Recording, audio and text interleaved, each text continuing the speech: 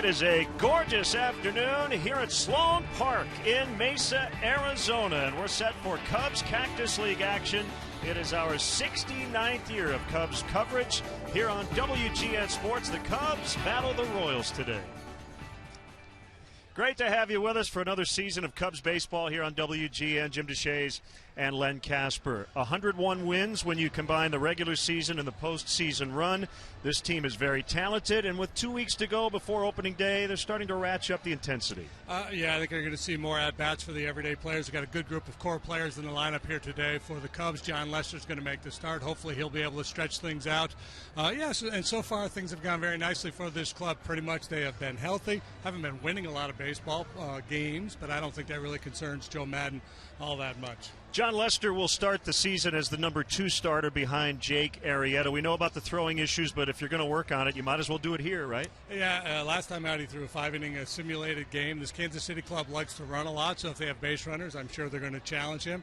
He's been very upfront about it so far this spring, saying, yeah, this is a problem I've dealt with going back to high school. And I think that's probably a pretty healthy way to go about it. Instead of trying to sweep it under the rug, go ahead, confront it, work on it. It bothered him all last year, but at the end of the day, he still had a very good year, and he's had a very good career. Should be a fun matchup today as the Cubs welcome in the defending world champion Kansas City Royals. It's the first day of spring. Sellout crowd here today. Cubs baseball coming up next.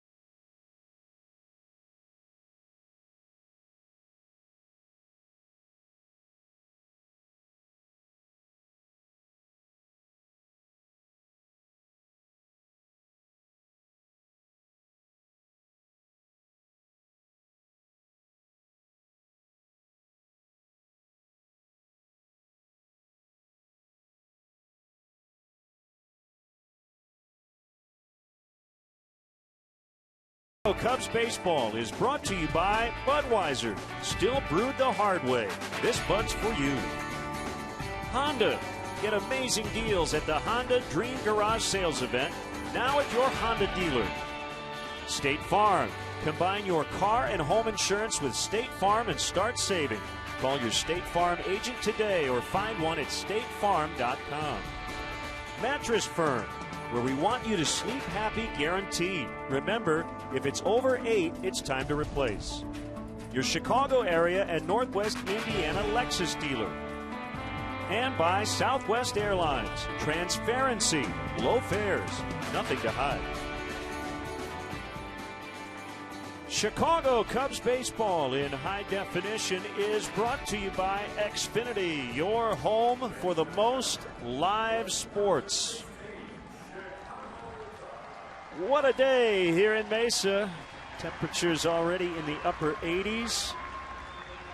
Lots of blue skies and green grass here at Sloan Park. Now the defending World Series champion Royals starting lineup. Alcides Escobar will start it. Mike Moustakas is at third base. Omar Infante, the designated hitter today. Paulo Orlando's in right. Raymond Fuentes in center. Lorenzo Cain will be there on opening day. Raul Mondesi Jr. made his major league debut in the World Series. Drew Butera is at first. Former Cardinal Tony Cruz is back of the plate.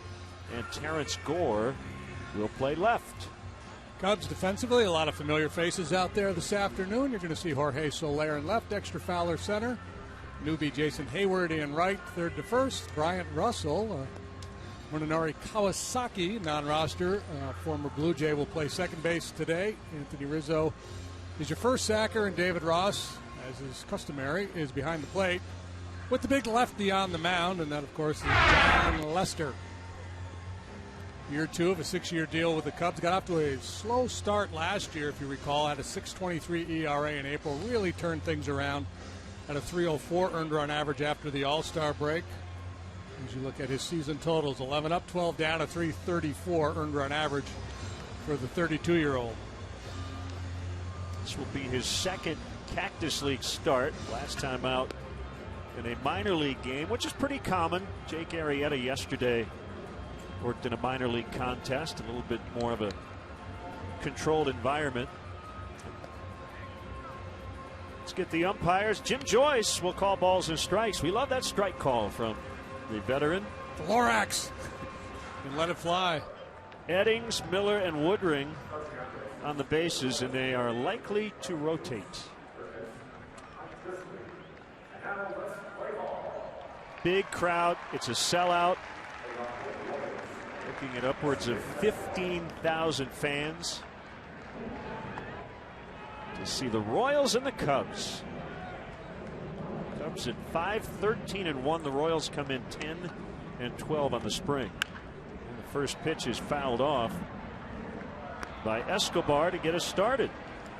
And not a lot of the Royals regulars have made this trip over here to Mesa. They just got done playing a weekend series in San Antonio against the Rangers.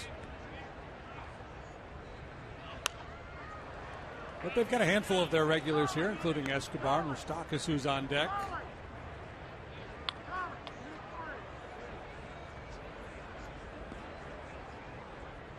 Third and final meeting of the spring between these two teams.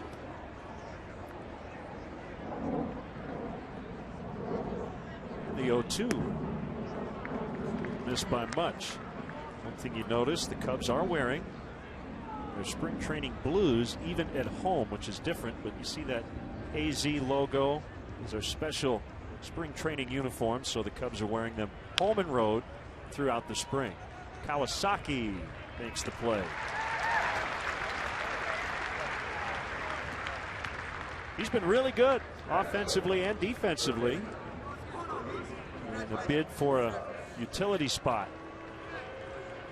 And not many openings, if any, on this ball club. Perhaps one in the bullpen, maybe an extra position player. And Kawasaki has positioned himself well. The reputation is that he's a solid defender, middle infielder, can play both second and short. And he's having, as Len mentioned, a pretty good spring with the bat as well. Cubs shift against Mike Moustakas, but maybe not as drastically as they would have a year ago. He really made an effort last year to change his style and beat that pull shift, and it worked. As he pulls one on the ground. Didn't read the script. But I think he got a base hit the other way when we played him the other day, I believe. Well, the sacrifice a hitter makes when he does that, when you try to shoot the ball the other way, you're sacrificing power. But I think a lot of times a smart hitter will change his approach depending on who the pitcher is. And for instance, in this case with a tough lefty out there, if you're a left-handed hitter, you know, the chances you're going to get something you can jerk over the wall are not great. So it probably makes more sense against a lefty for Moustakas to try to shoot the ball the other way on occasion.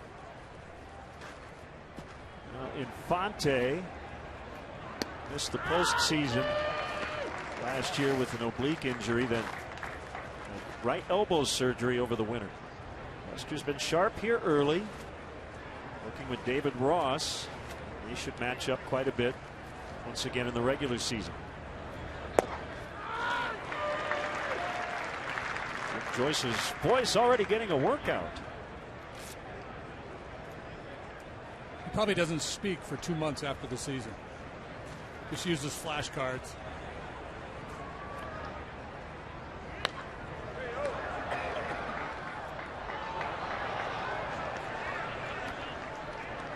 Well, great to be back on WGN.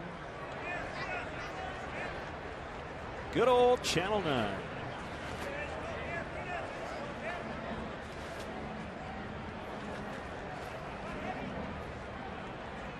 Season gets underway 2 weeks from tomorrow. Infante held up.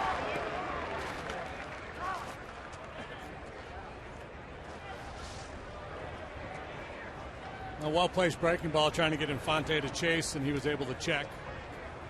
Fastball, cutter, of course, the big pitch for Lester. Curve and a change. And he got him.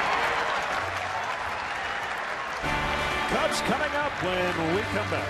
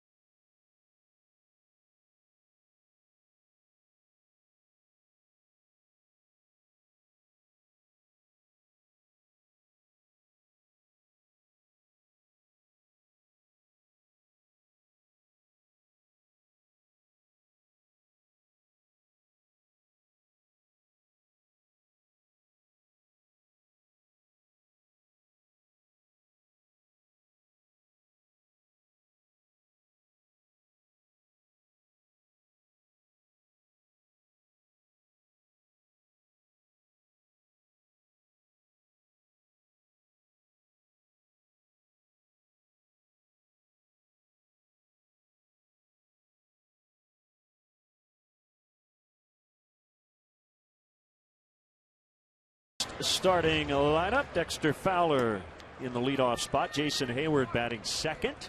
It's Bryant, Rizzo, and Soler in the middle with Addison Russell at short. David Ross catching and hitting seventh. Munenori Kawasaki in for Ben Zobrist. And John Lester is batting. As the Royals use the DH, the Cubs do not. Kansas City Royals defensively brought to you by me. Gore, Fuentes, Orlando, left center rights. Moustakis, Escobar, a Gold Glover, Mondesi, and Butera. He's a catcher. He's playing first today. Tony Cruz is doing the catching, and newly acquired right-hander Ian Kennedy will pitch for Kansas City this afternoon. He made 30 starts with the Padres last year. Did not have a particularly good year, 9-15, 4.28 ERA, pitching in a very pitcher-friendly ballpark. He signed a 5-year, $70 million deal to join this Royals rotation. The fastball is inside to switch hitting Dexter Fowler. Re-signed with the Cubs in late February.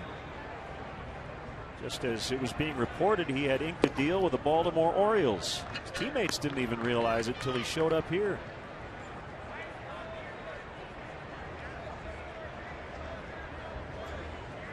A 1-year contract with a mutual option for next year.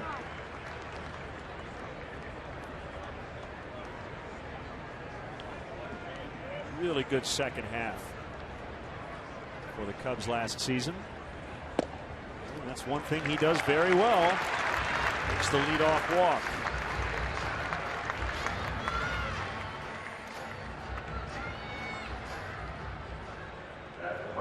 He's got a very discerning eye, as does Jason Hayward, Rizzo, Zobrist.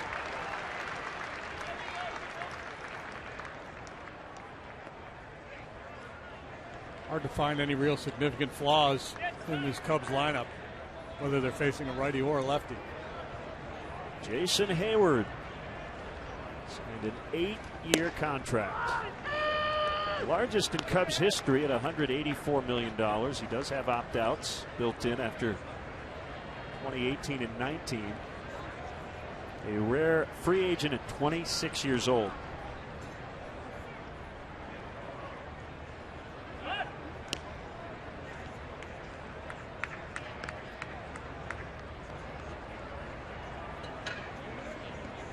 A few years ago, he got hit by a pitch, suffered a broken jaw, so he wears that front face flap. Javier Baez wears one as well.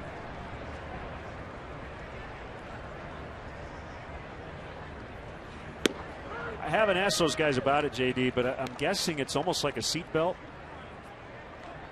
That it would probably at this point feel very weird without it. Yeah, and I think unless you were having some vision issues with it, or if it were uncomfortable, why not? Once you get used to it, why not just take advantage of that extra layer of protection? In Baez's case, he had some dental work, and I think it just felt comfortable.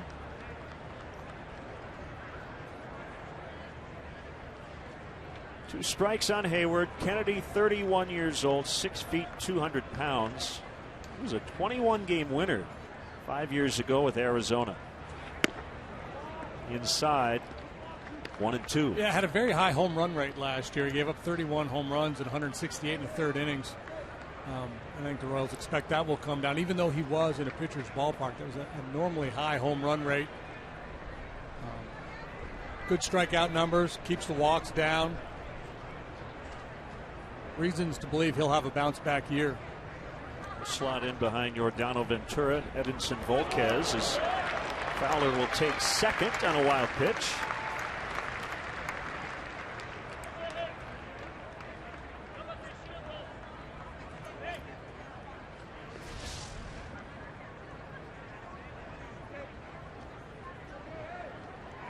Tough chance for Cruz trying to square up behind that one, and Fowler into scoring position now.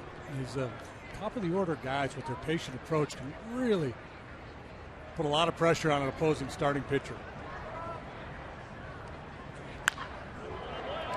Fouled out of play. Still 2-2.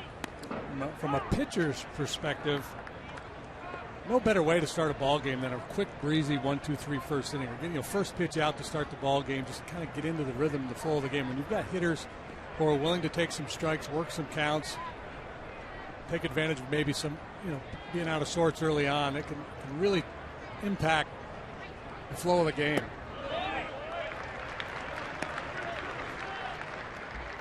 Oh, 2 to 3-2.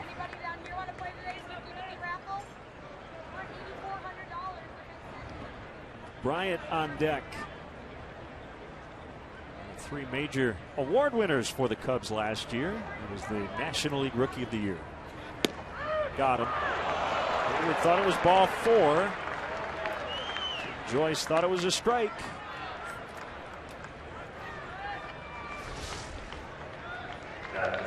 Well, let's see. What do you think? Well, borderline. It's kind of the classic best guess, right? Yeah, and obviously it helps if you hit your spot. If Cruz is set up outside and has to reach back across the plate for that one, he's not going to get the call.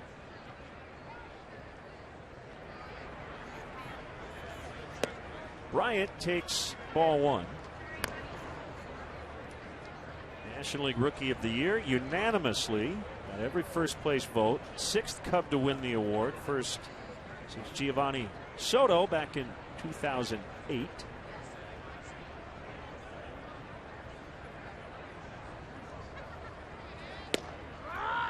The other fun one, if you look at some of his numbers, 26 homers.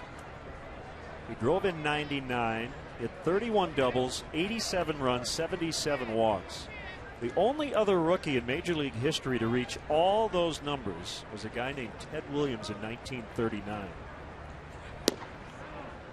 I think this should bode well. Yeah, it worked out pretty well for Teddy Ballgame. But the interesting thing about Bryant, despite all that success, he went home this winter and retooled his swing a little bit. Again, it speaks to the kind of kid he is, and He wants to get that much better.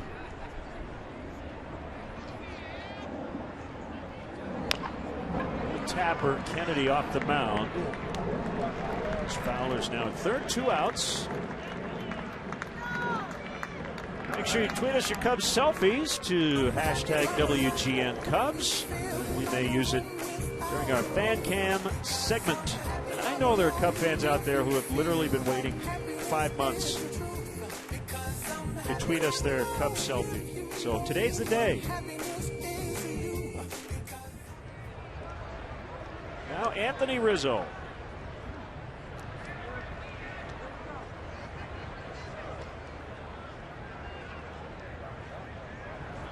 Runner at third, 2 outs. And a called strike.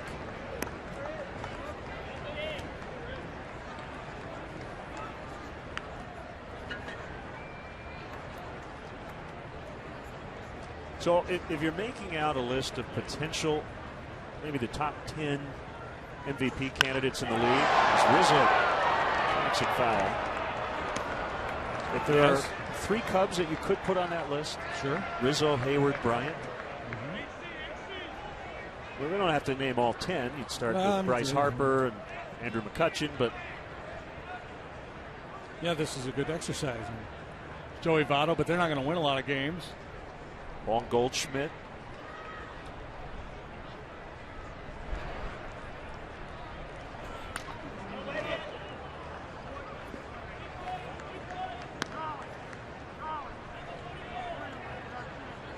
It is a loaded roster for sure. So if you were to handicap this thing, and I imagine you could probably find a bookmaker that would give you some action on this.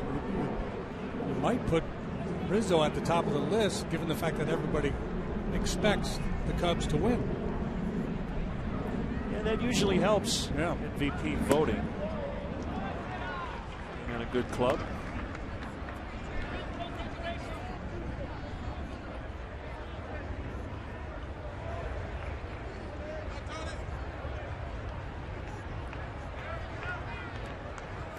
One and 2 on the Cubs' first baseman. Of course, if you have multiple guys on the same team having monster years, you could split the vote, and then you'd have a brokered convention. It'd be a floor fight. That is a timely punchline. See Rizzo choking up with 2 strikes. 2 and 2. Brian, you talked earlier about Moustakas beating the shift, and with Anthony, what we've seen, not necessarily, always thinking about going the other way, but he takes a pure hitter's approach. He doesn't take a slugger's approach. He'll change his approach, whether it's a righty or lefty, whether he's ahead or behind in the count. One will reach the seats. Some hitters, their primary focus is just to hit the ball out of the ballpark, and they're really not going to change their approach based on base, out, or count situations. Rizzo's not that guy. He thinks more like a pure hitter.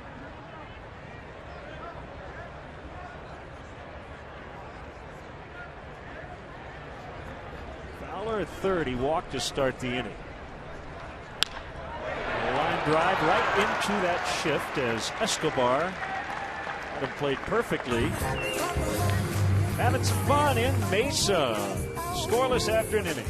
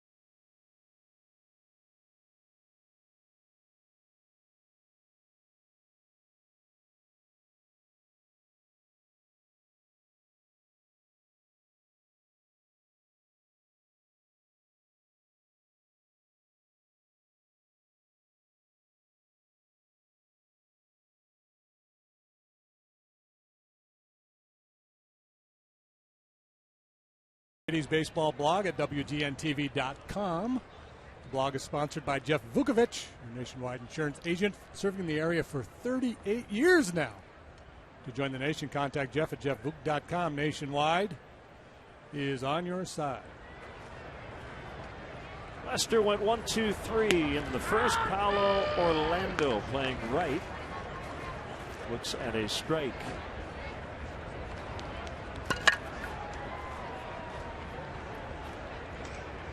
Lester seems more relaxed. This is year 2.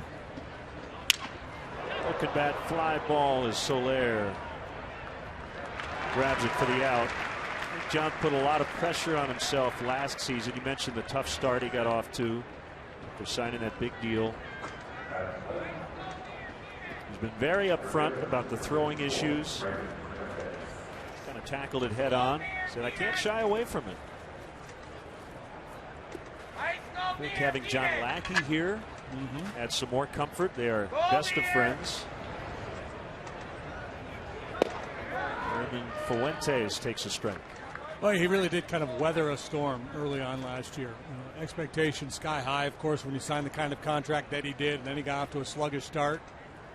A lot of gnashing of teeth around town, and he settled in and pitched very well. And you're right. It's just human nature to put extra pressure on yourself when you sign a deal like that.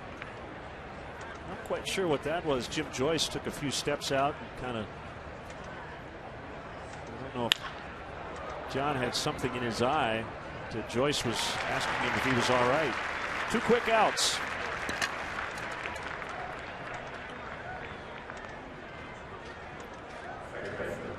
Raul Mondesi Jr. This is an amazing story. Mondesi, the first player ever to make his major league debut in a World Series, Game 3 against the Mets.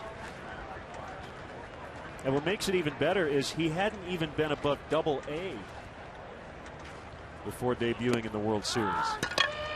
And if the name sounds familiar, yeah, is the son of the former major league outfielder, Raul Sr.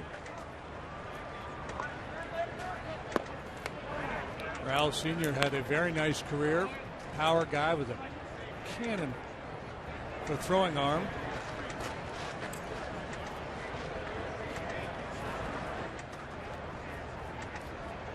One from Lester. Tap foul. So how did it come to be that Mondesi ended up on their World Series roster? I think he replaced Terrence Gore. So he was brought in just as a speed guy, speed option. Yeah, and he struck out as a pinch hitter in Game 3. And he strikes out here. So Lester has been very efficient through 2 innings. 0-0.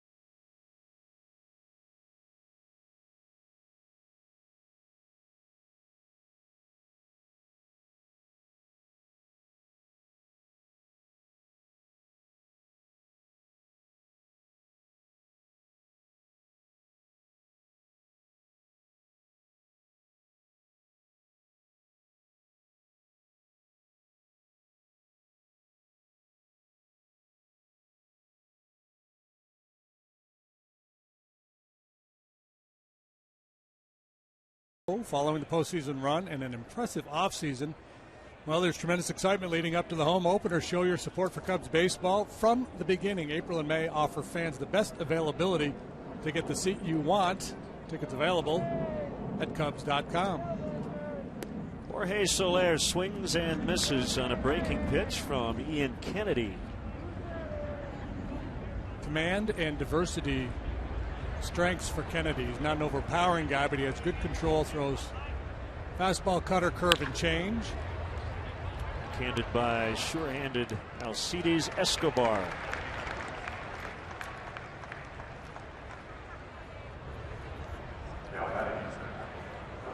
We'll bring up Addison Russell.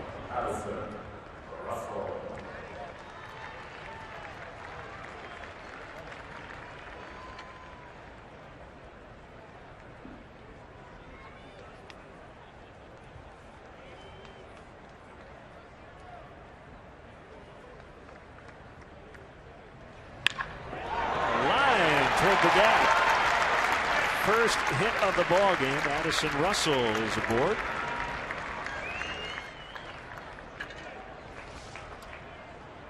It's made a good sound, didn't it?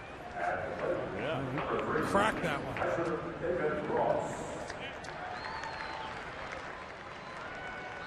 Addison having a good spring, hitting about 270, a couple of home runs. You talked about John Lester being more relaxed. We can see it with this kid too. Settling in nicely. David Ross, a day after his 39th birthday. This will be his final major league season.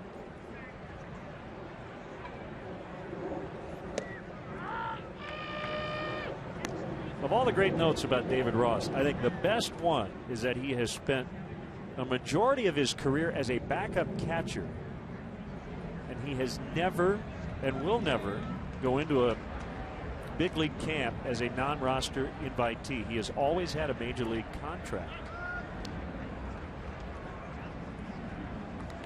That's pretty impressive. Yeah, you're not going to find many 39, 38, 37-year-old backup catchers who can make that claim.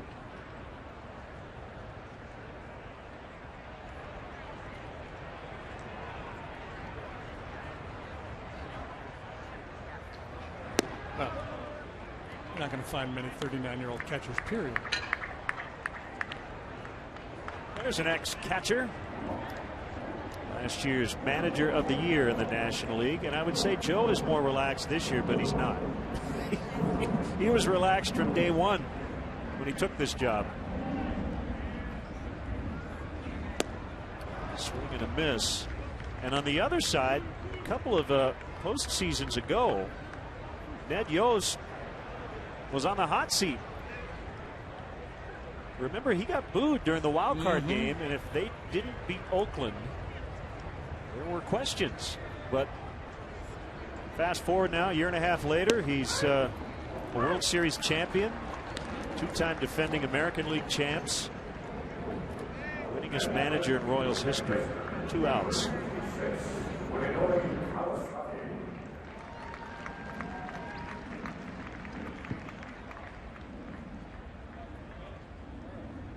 Yeah, and he still has his detractors. You still read those stories of the Royals winning in spite of Ned Yost.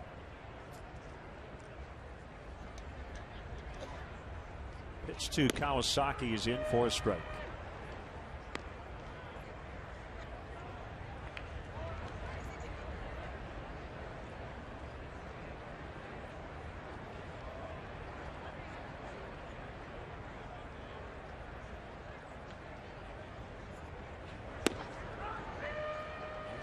Two. Now the Royals are a National League type team playing in the American League. Play great defense, excellent bullpen. They don't strike out very much offensively. Slide step that time by Kennedy. Yeah, they don't work a lot of walks. They hit for a high average. They're a line drive hitting team. They remind me a little bit of the Cardinals 2 or 3 years ago. Where they, the Cardinals, that club didn't hit for a lot of power, but they had a bunch of high average hitters, good defenders, speedy guys that cover a lot of ground in the field. It's interesting, though, to have the success that the Royals have had with a pretty mediocre starting rotation. I mean, it's high average hitters, good defense, and an outstanding bullpen has been the recipe.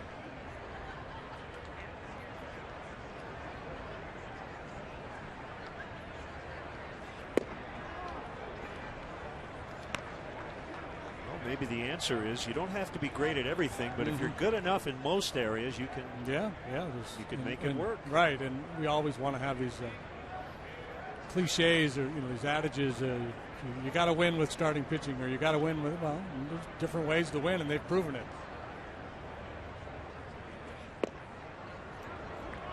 2-2 now to Kawasaki.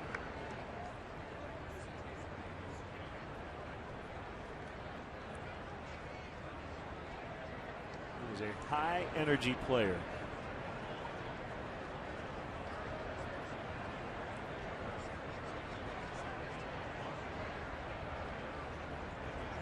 It's Russell at first. 2-2 pitch. And we'll do it again.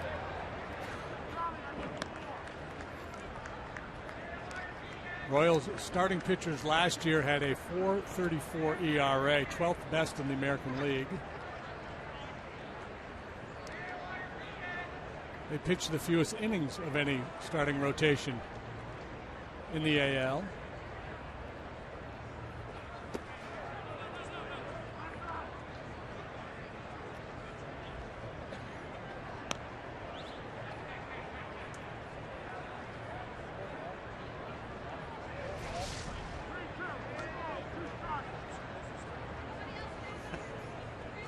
He's with a lot of flair.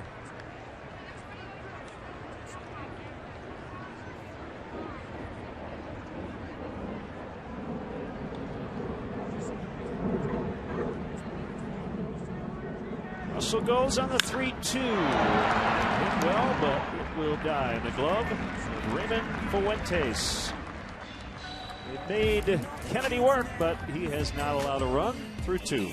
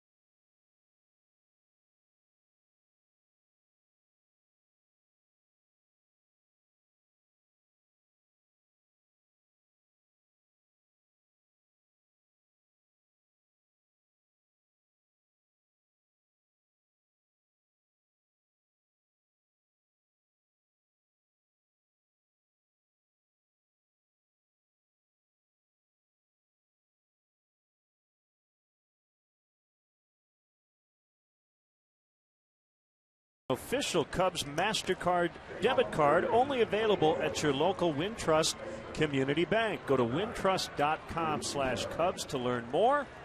Member FDIC. Glenn and JD and our WGN sports crew from sunny Mesa. I have hat envy. A big straw hat that guy was wearing.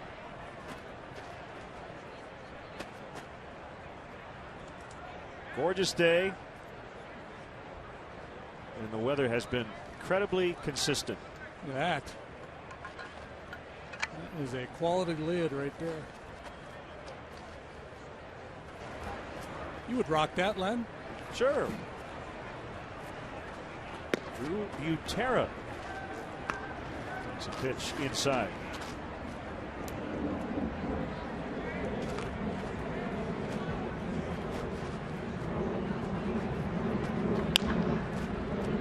Bounces to Bryant.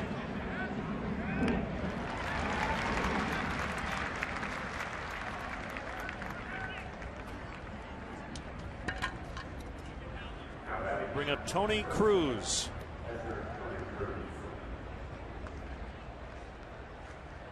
Cubs are off tomorrow. That'll be their only off day of the spring. Or at least while we're here in Arizona. We'll be on with you on Saturday here on WGN against the Giants. Friday, April 1st from Las Vegas against the Mets. Cubs will then travel to Anaheim. They'll have an off day on Saturday the 2nd. As Cruz serves one into left center. That is the first Royals hit off John Lester. Let's step aside and see what's coming up on WGN.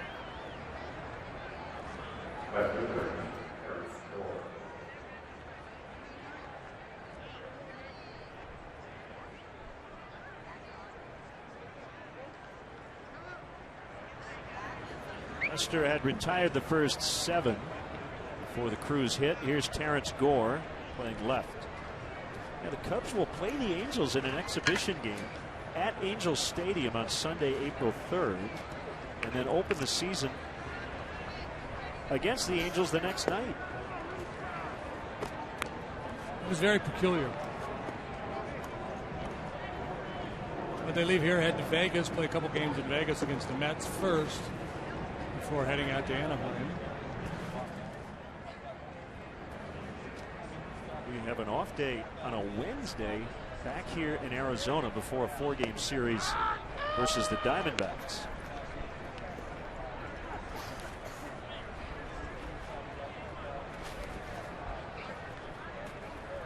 The Wrigley Field opener will be Monday night, April 11th, right here on WGN. Cubs have added metal detectors at all the gates at Wrigley Field, so if you're coming out, you're encouraged to get there early.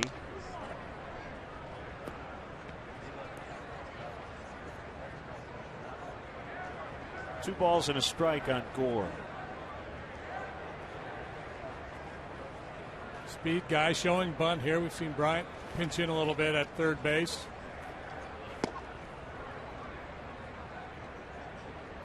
Ross will have a quick chat with his pitcher.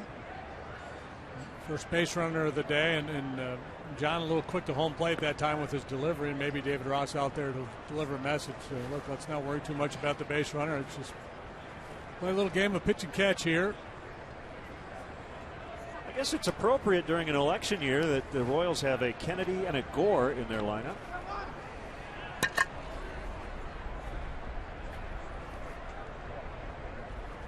And a Cruz. They do. Trump that, Jim DeShays. I cannot.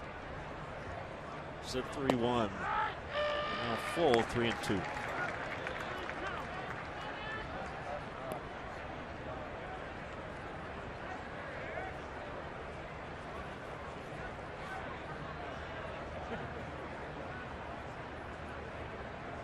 Likely running here. There goes Cruz, and ball 4.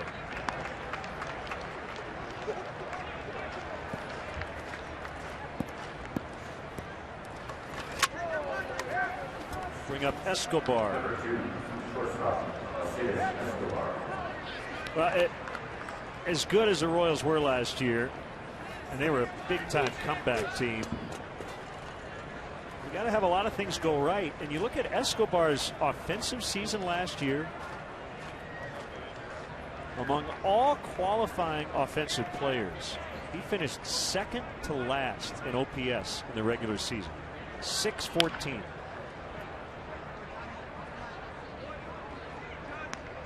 In the postseason, 861. He was the ALCS MVP. So Those are the kinds of performances you need. Lightning in a bottle, and a lot of times it's those guys that do become the postseason heroes because the middle of the order thumpers get pitched so carefully to. He also hit an inside the park home run leading off the bottom of the first of game one. As Hayward will make the catch and the runners will hold. So 2 outs for Moustakas.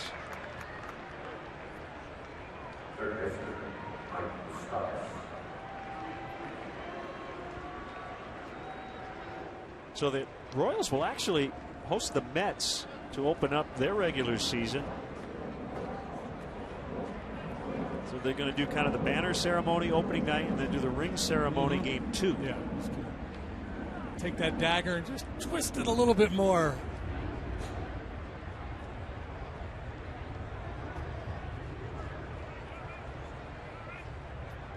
Two on, 2 down, third inning. Moustakas fouls.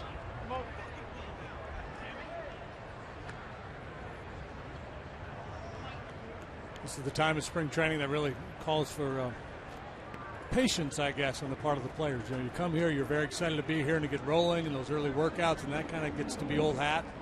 You're kind of jacked up for the first games, and that's very exciting for a while. Now you get to that period in spring training where guys are getting a little itchy, want to start playing games for real. Try the occasional night game, the day off tomorrow. The trip to Vegas helps break things up a little bit.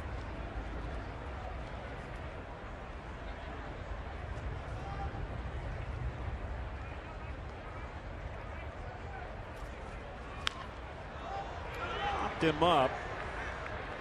Bryant into foul territory, and the inning comes to an end. As the Royals strand 2, still nothing.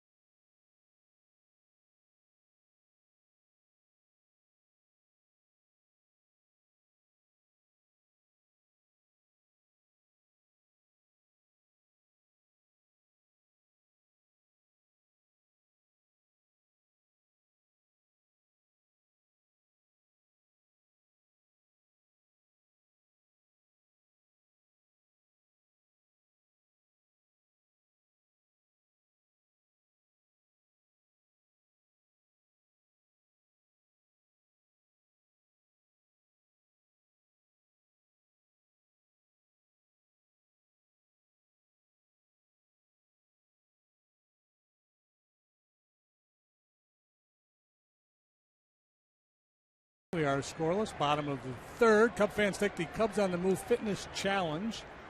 Cubs want to hear from kids 7 to 13 in the Chicago area. Tell us why fitness is important and how it is part of your daily life. Submit your entries at CubsOnTheMoveChallenge.com before April 4th for your chance to work out with Cub players. John Lester. It's his first at bat of the spring.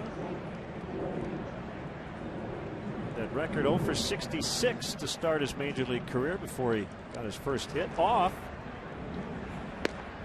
John Lackey. Yeah, he's a good buddy and now teammate. Again.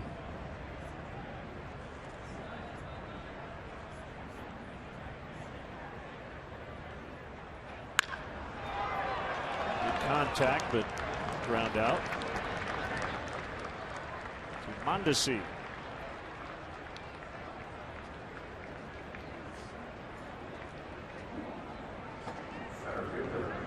Back to the top now, and Dexter Fowler. Okay, so John had how many hits last year? 2, I believe. I'm gonna. If I set the over/under at 8, what would you take for John Lester base hits this year? Probably the under. and I like it. I like his offense. He can hit. He had 4 hits last year. I'm going over. I'm going over. He had 4. Yeah, I'm going over.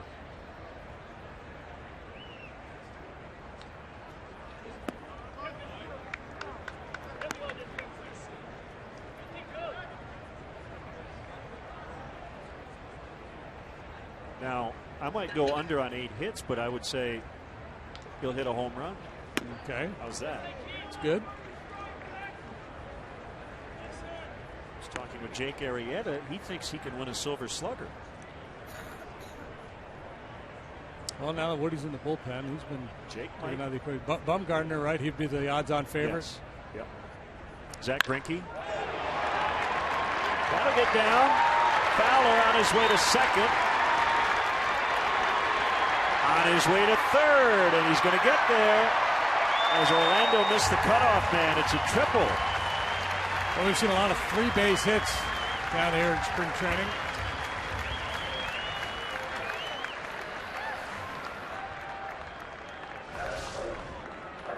Here's our drive of the game brought to you by Nissan. Choose Nissan.com. Dexter Fowler legging one out as he rips it into the right field corner. Peek over his shoulder to assess the situation, and off he goes. Long, striding it.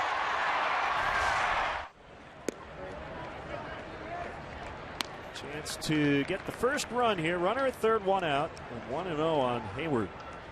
Caught looking in the first inning as Kennedy works from the windup.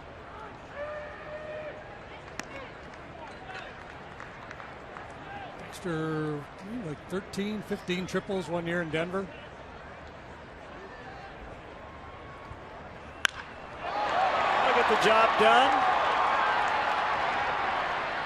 As Fuentes battles the sun, makes the catch, and Fowler will trot home. Cubs lead 1-0. Fowler's speed, his ability to get to third base sets the table for Hayward. He can get him home with a fly ball, a deep fly ball.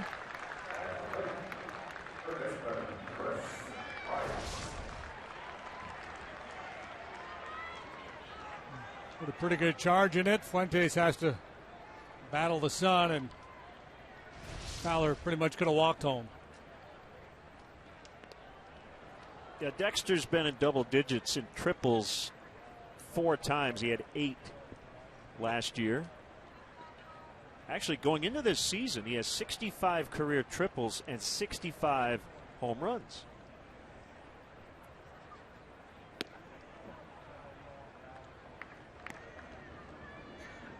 Two and 0 on Bryant.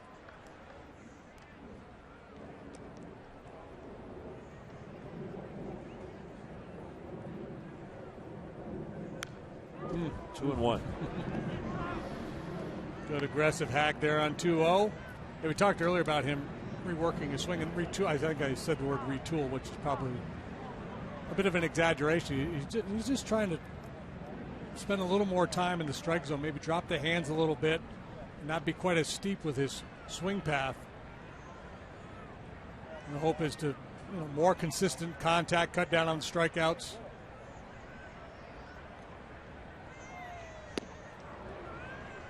He has what the scouts refer to as easy power. It just looks like the bat is gliding through the zone. Doesn't look like he's swinging hard at all, but when he connects, it goes a long way.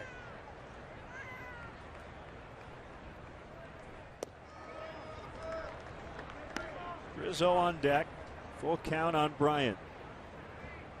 Triple sack fly to give the Cubs the lead.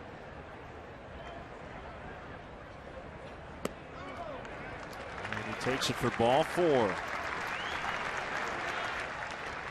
Well, you've said this before, and I think it's a great way to kind of dissect the lineup. And it's the 3-2 theory, and it's when push comes to shove, who's going to swing and who won't. And the Cubs are chock full of guys who, by and large, are not going to swing at that pitch on 3-2. Mm-hmm.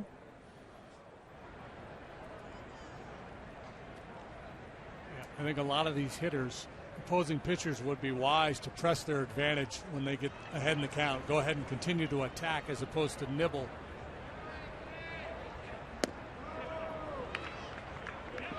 Check out our new Lexus Run Predictor. That's the chance to score a run in this situation. Brought to you by your Chicago area and Northwest Indiana Lexus dealer.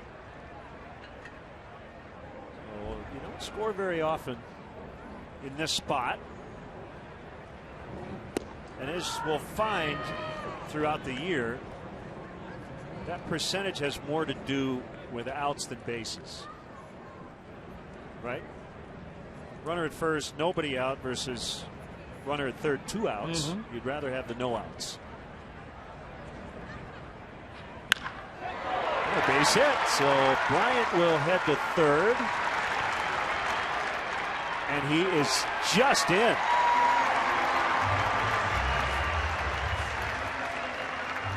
Orlando with a nice one-hop throw and nearly got him. Look at Rizzo going down that back knee. Orlando right over the top. Good, strong one-hop throw. Yeah, the math changes a little bit, too, when a guy like Anthony Rizzo is in the batter's box.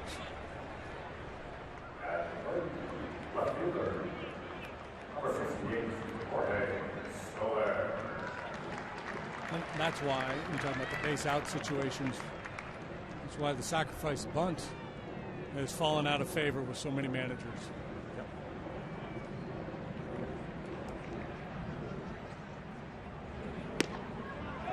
Inside on Soler. So let's go first and third. So increases. That base hit by Rizzo was worth 17 percentage points of value. Right.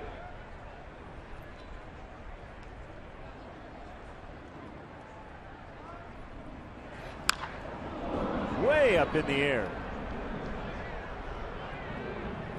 And out of play. That was a major league pop-up.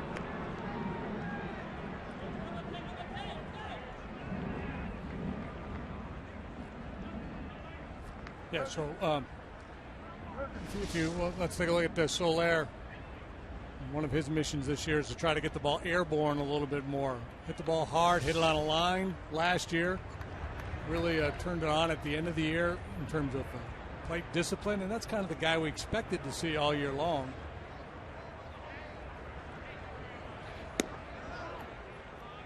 But if you eliminate the personnel, don't worry about where you are in the batting order, who's up. You're better off with a man on first and nobody out than a man on second and 1 out in terms of run expectancy. Correct. Yep.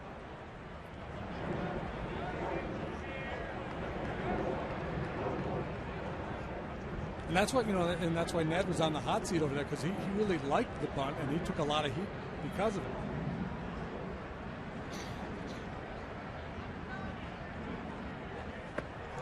Swing and a miss. Well, I don't have the actual numbers. I should say this. There are two different things with run expectancy, and that is how many runs might you score in any given situation, and then the idea of whether you score one run or not. And yeah, runner at first, nobody out. When you do the gory math, you got a chance to score more runs than a runner at second and 1 out. Right. So Kennedy again has worked pretty hard through his 3 innings. The Cubs get to him though here in the third.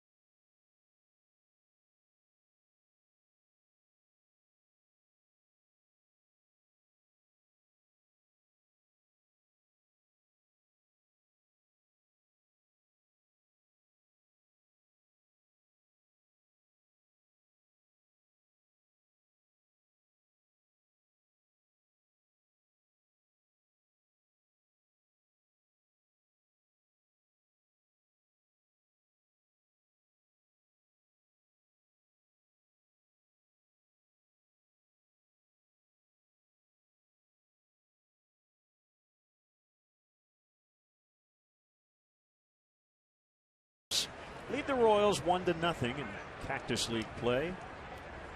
On Lester against Omar Infante. And strike one. Just to put a bow on our conversation. This goes back a few years, but just looking up Baseball Prospectus had that run expectancy matrix. So from 2011, runner at first, nobody out. You're expected to score 0.85 runs, whereas a runner on second and one out, 0.65 runs.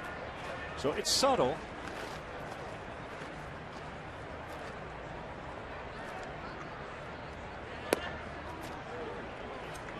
Yeah, and depending on the makeup of your club, obviously, and then the personnel changes the math.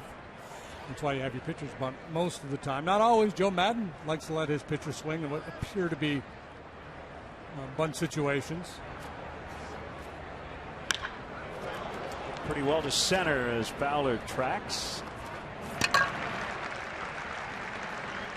This is a must-have item. On Monday, April 11th, the Cubs take on the Reds. It's their home opener. First pitch will be at 7:05. First 30,000 fans in attendance will receive the official Cubs magnet schedule presented by Giordano's. For more information, visit Cubs.com. And speaking of the math, Joe relies on the Cubs analytics department. He calls them the nerds or the geeks, affectionately. He may not hit the pitcher eighth this year, and some other teams may. You know, the Diamondbacks are toying with it. The Giants. Joe talks a lot about Addison Russell. That was a bit of a special circumstance, trying to protect him. Today, Lester hitting in the 9 spot.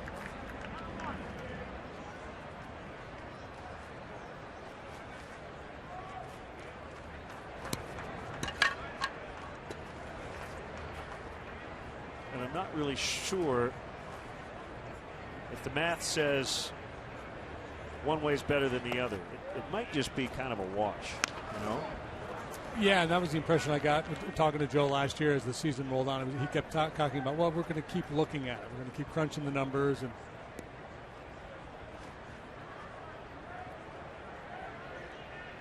as he says, let it play. Let's just let it play, watch it develop.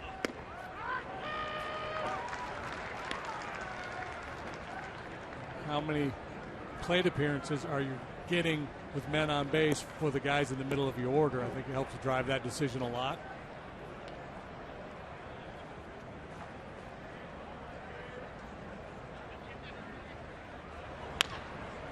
Toward the middle and through for a base hit.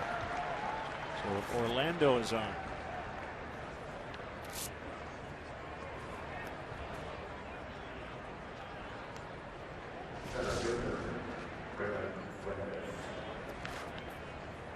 Good pitch, but Orlando stays back nicely on it. Would not have been surprised to see Russell pick that ball. He's getting to the point with Addison Russell out there, you expect him to catch everything.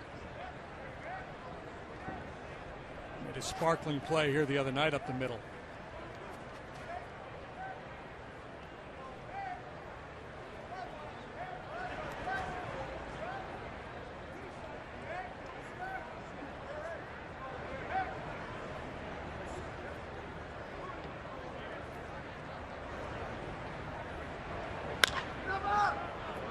Go foul. So with the ongoing saga of John Lester and trying to control the running game, this would be an opportunity, you would think, for him to go over there a couple of times just to get, try to get comfortable with it. Been doing a lot of work on the backfields.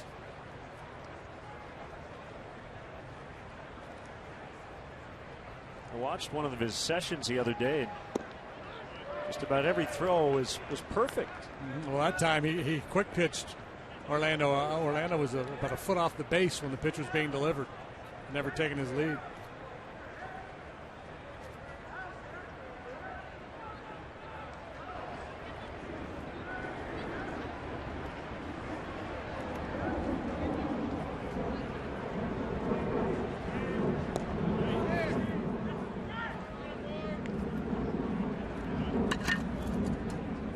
Four steals last year against Lester, the most versus any pitcher.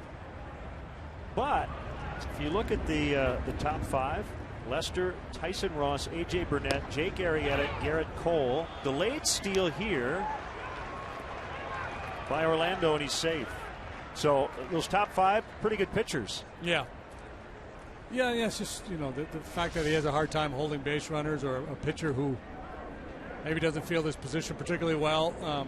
Obviously, those are flaws in a pitcher's game, but there's so much more to what they do, and he's really good at the rest of it. By the way, that was a textbook delayed steal by Paulo Orlando. Right center, Hayward, and Fowler will have to chase it down, and actually it'll bounce out of play. So that stolen base actually will lead to a run. As Orlando is in. Here's on the delayed steal. You see David Ross ends up a little flat-footed because he's not expecting the runner to go. That was a good look at it there from our high home camera. Shuffle, and then go. Which is ironic because I think if you're teaching, going to coach somebody to try to steal a base against John Lester, it's, hey, get a huge lead and go early. Force him to make that throw. Orlando did just the opposite, employing the delayed steal.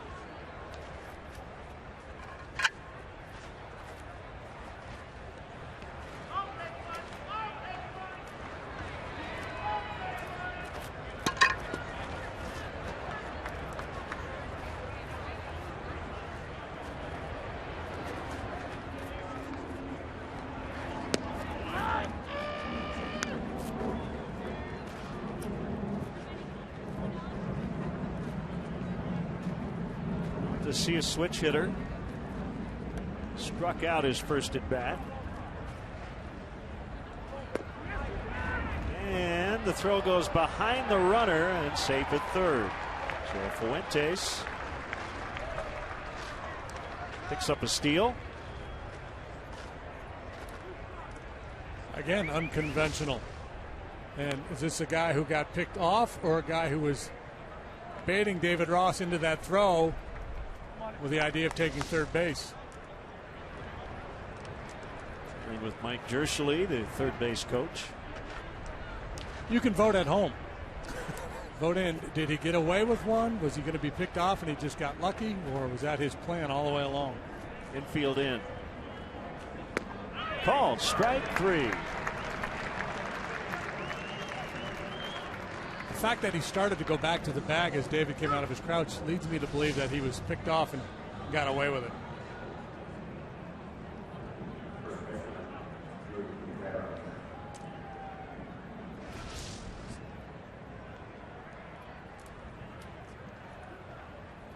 Fastball, by the way, that struck out Mondesi, clocked at 93. Here's Butera, infield back with 2 outs. Yeah, I think I'm with you on this. Yeah, let's take a look at Fuentes here. See, shuffle, but what his first, he plants his feet, starts to think and to go back and realizes he's got no shot. David would have been better off maybe pump fake one time, give himself a little time to assess the situation, and then he would have been able to make a play on Fuentes either at second or third.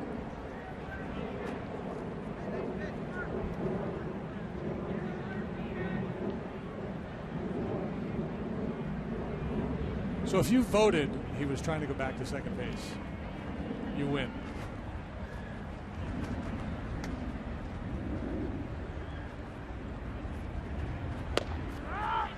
The outside corner. What do they win, Johnny?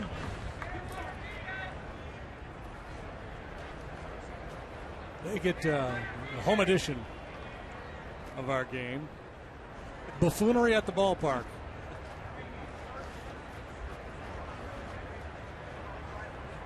The 2-1 pitch. 2-2.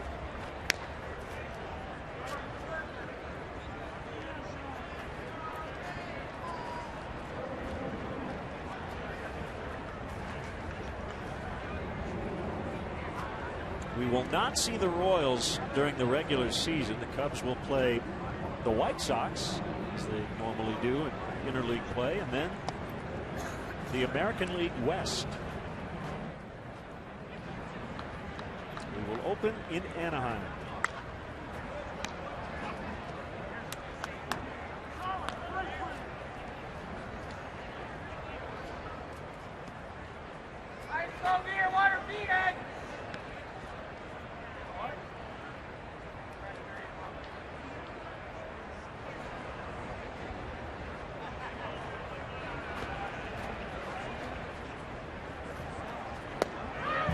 strike three, and that will end the inning. So the Royals tie it.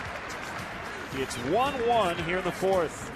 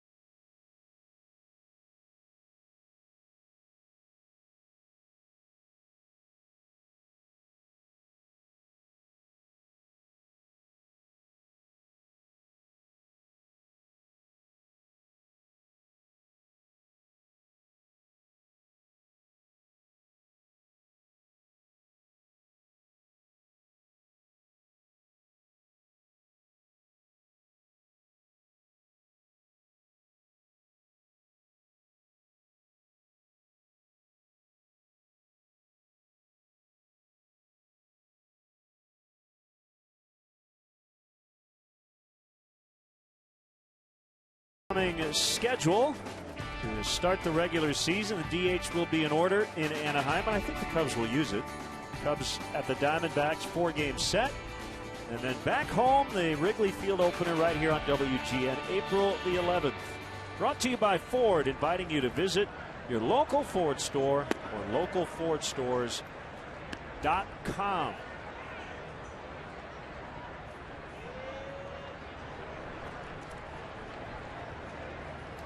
1-0 to Addison Russell is on the outside corner, playing his natural position short. Made the switch from second to short late last year. Starlin Castro went to second and that great finish. Cubs traded Starlin to the New York Yankees in the Adam Warren deal.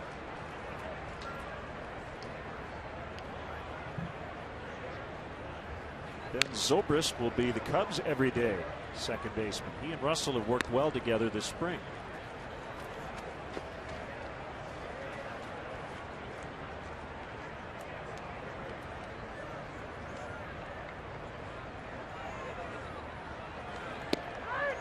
Called strike three. If not Joe Madden's favorite player of all time, I would say Ben Zobrist is in the team picture. Yeah, there's high marks across the board for his ability on the field, his versatility. Great guy in the clubhouse. Just a good, solid, all-around guy and a tremendous baseball player. Kennedy getting Russell there, a little cut fastball for strike three. That's been a big weapon for Lester here today as well. Ball one to Ross.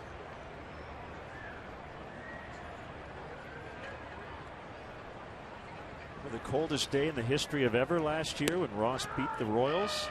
That little bloop single on a Sunday, late May. Cubs were wearing their federal jerseys, right? Mm-hmm. The Whales. That's right.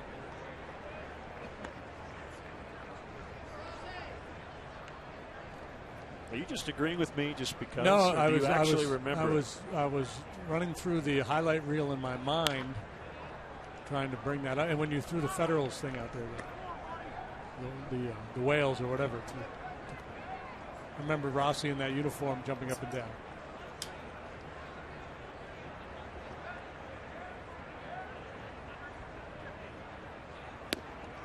Swing and a miss, strike three. Kennedy's getting serious here.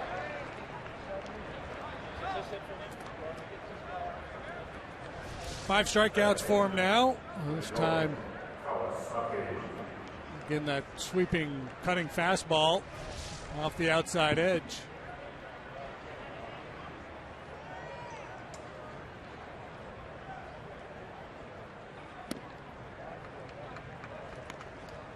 Kawasaki was late. Fastball at 93.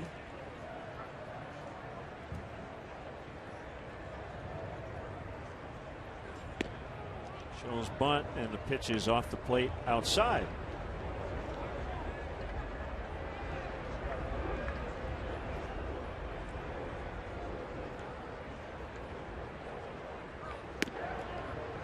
Cubs bench and the makeup of it could be affected by a bullpen that includes a lot of guys who can start, and guys who've been stretched out this year and who will be able to throw multiple innings. So it's possible you could maybe go with one fewer reliever, add an extra bench guy. We will see. Kennedy has fanned 4 in a row. It's 1-1 after 4 from Mesa.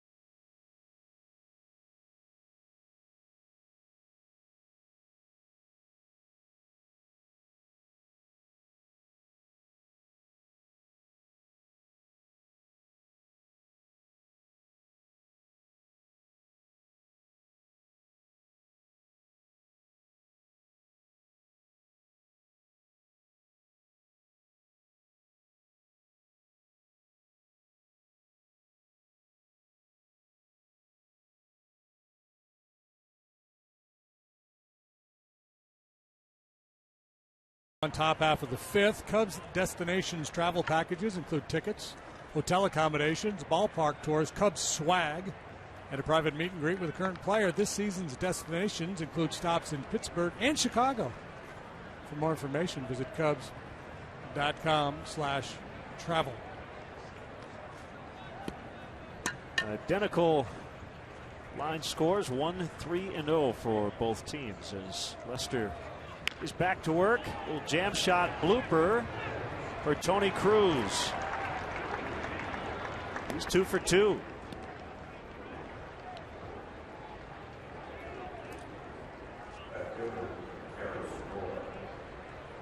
I didn't exactly knock the tar out of this one. It was a cut fastball, got in on his hands. A good pitch by Lester. Just an unfortunate result from John's point of view. A little floater for a leadoff knock.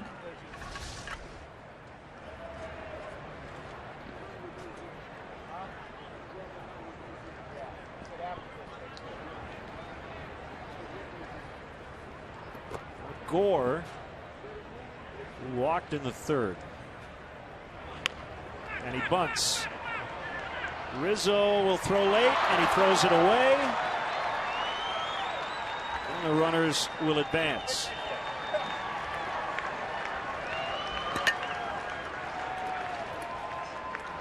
Yeah, that was pretty much a no-brainer situation there for Gore with his speed in that situation. With John Lester struggles, he doesn't just struggle throwing to first base in pickoff situations, but in fielding comebackers as well. So he yields to Rizzo, who had a long way to come and get that one, and a do-or-die play probably would have been better off sticking that one in his back pocket.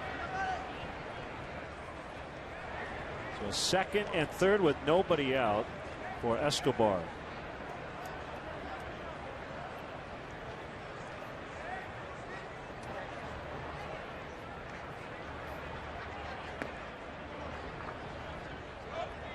Ross will walk the ball back out to the mound. Mentioned a sellout crowd today. Cubs earlier this spring set an all-time spring training record, major league spring training record, 15,446. Their home opener on March the 4th. They're averaging over 14,800 for their home dates. Set a ballpark record in Goodyear last night. Cleveland had 11,616. Feels like everywhere we go, see the biggest crowds of the spring.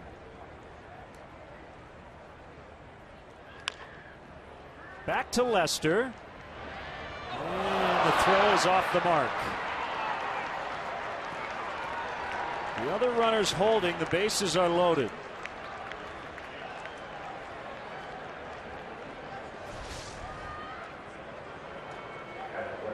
This time there's no option but for John to make the play. Checks the runner as to sling it over there to first base. Obviously not successfully.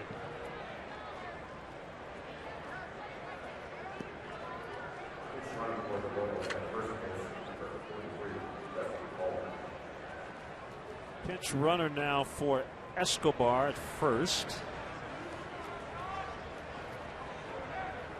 And at some point we'll tell you who it is. I believe it's Dusty Coleman. Okay, I'm going with that. I'm going to hold you to it. That is Dusty Coleman.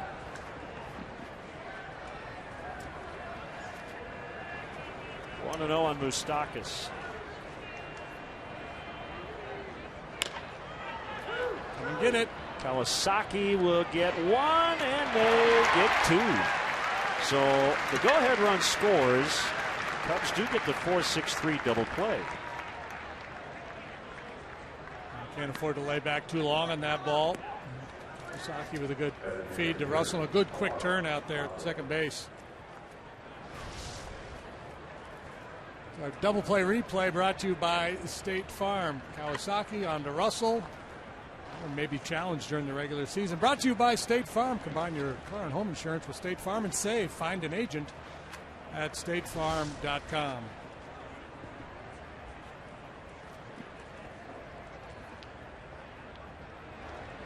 There'd be a neighborhood play out at second base.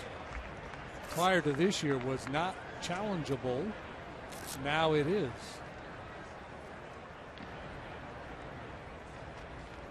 Which means the middle infielders have to have contact with the bag while they have possession of the baseball.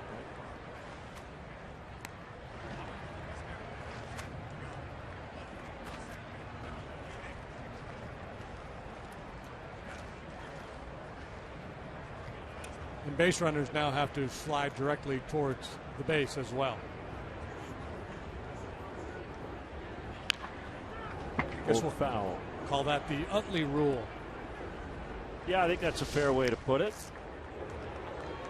So we were talking about this the other day, and I said, yeah, you might have cheated a little bit there, right? I think in the regular season that is ripe for a review, and especially, JD, after the sixth inning when you kind of get freebies, if you're a manager, you're going to ask them to look at it. And that is my only concern is kind of slowing down the game on every double play turned late. Now, Terry Collins, the Mets manager, his worry is that we're telling the infielder to be on the bag, and we're now telling the sliding runner to be on the bag, and he thinks it could create more collisions. A little bit of a different look. Oh, yeah, I mean that. It's got to be conclusive to overturn.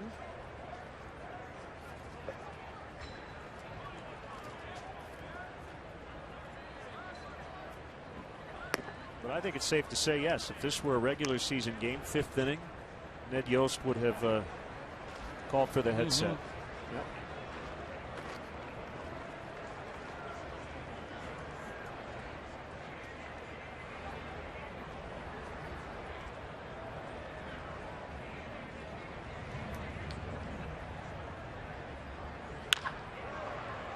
Bounce. Russell had to kind of lay back. And he makes the play. A couple of errors in the inning. Royals lead 2-1.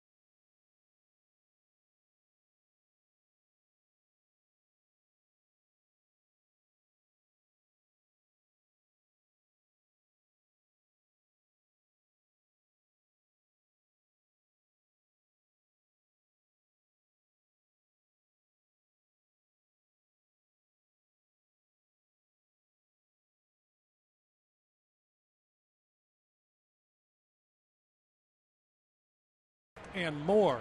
A new low price for 2016. Watch every out-of-market game for all 30 teams live in true HD on over 400 supported devices. Blackout and other restrictions apply. Visit MLB.tv for details. Dusty Coleman came in to run for Escobar, and he'll play short. John Lester's afternoon is over. Juan Perez will hit for him. The pitcher spot against the starter Kennedy, and this one's pulled to left, but too much. And foul.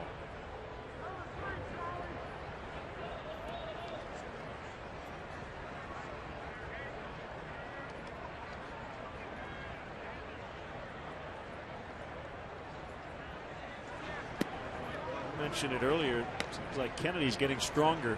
He has struck out 4 in a row.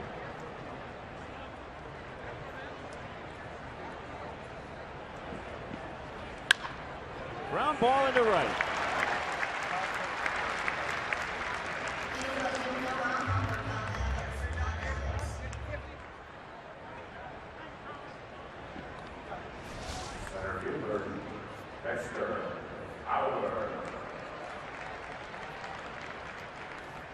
A quick move to drop the barrel on that fastball and deliver the leadoff single.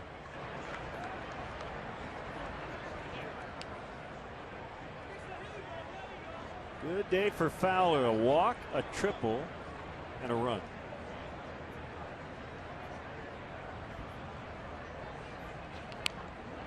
That's this one. Foul and out of play. Well, this is during the regular season.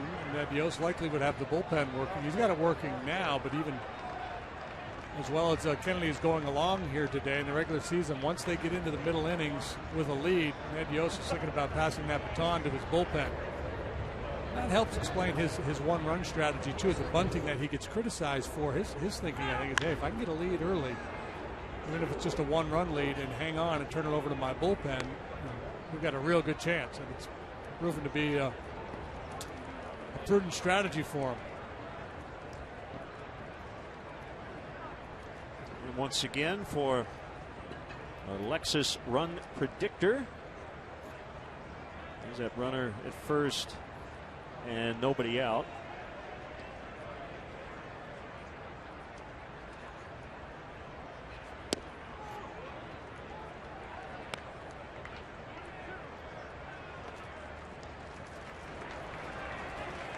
Fowler on base both times today. Leadoff walk in the first, triple in the third. He scored.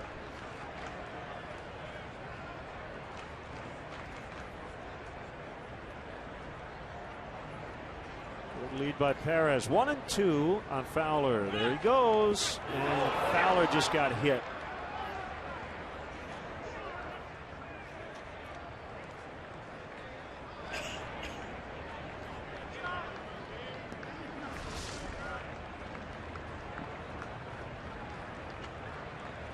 Blow after it actually had hit the dirt. That bounce, yeah.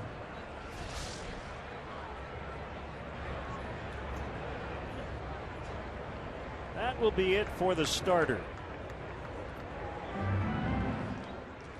So the Cubs have 2 on with nobody out. Trailing 2-1 in the 5th. Here in Mason, we'll be back.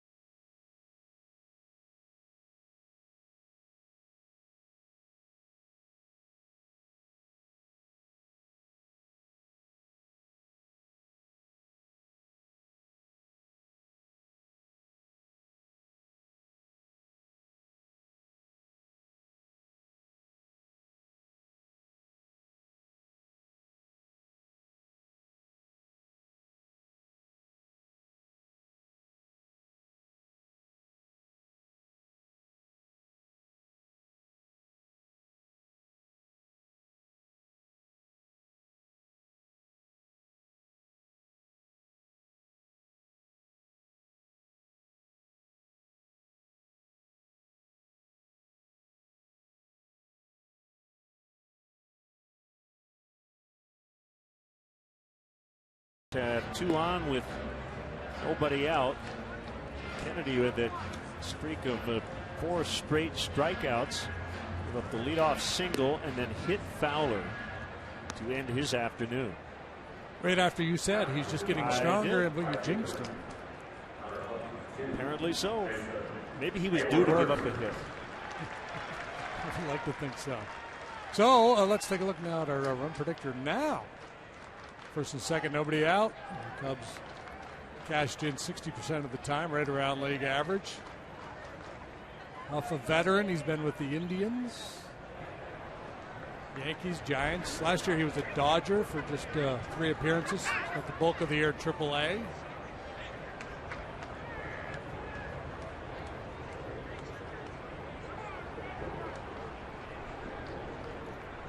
That's a good changeup. Be neutralized a bit by a left-handed hitter in Hayward. 1 ball, no strikes. Probably more fastball, cutter, and occasional curveball to the lefties.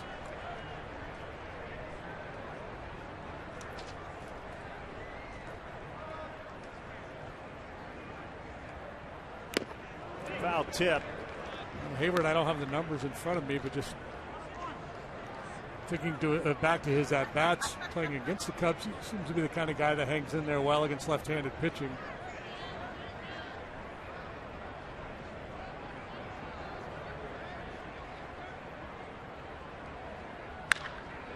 And a base hit. Right on cue, Hayward ties the ball game. Perez is in. Fowler to third. It's 2-2.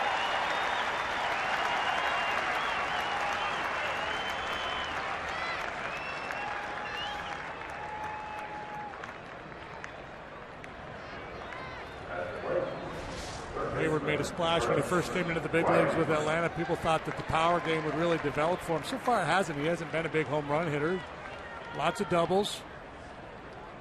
More of a slasher, kind of a lashing swing. It's a lot of line drives.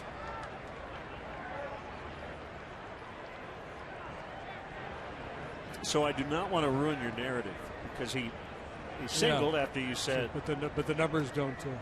No, he's definitely a lot better against righties in his career, as Bryant will foul out to Butera with the runners holding. Yeah, you take a 285 hitter with good power and make him a 230 hitter against lefties. Doesn't mean he can't get better at it. Well, last year he had 272 against left-handed pitching, so chipping away. Your memory was correct.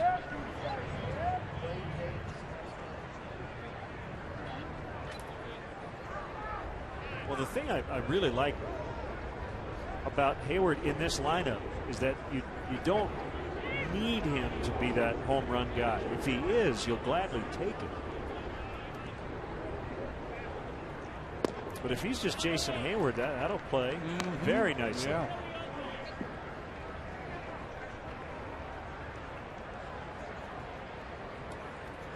He hit 27 home runs for the Braves in 2012. It was his best home run season. And I think that's when people thought, okay, this is a young guy who's still developing, and those numbers are just going to go up and up and up. That has not been the case. He had 13 home runs last year. His best home run year since 2012 was in 13 when he hit 14. He missed some time that year due to injury. Career .353 on base percentage, well above average. 3-0 on Rizzo. We've seen a lot of 3-0 swings so far in the Cactus League. See if that happens here.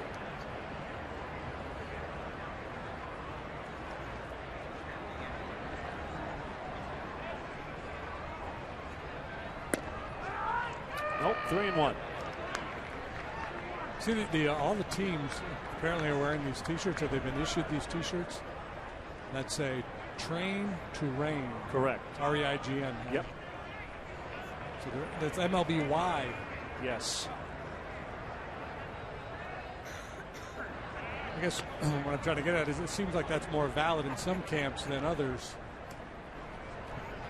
Some teams might be better off just wearing T-shirts that say, practice in the cactus, or just strive for mediocrity, or whatever,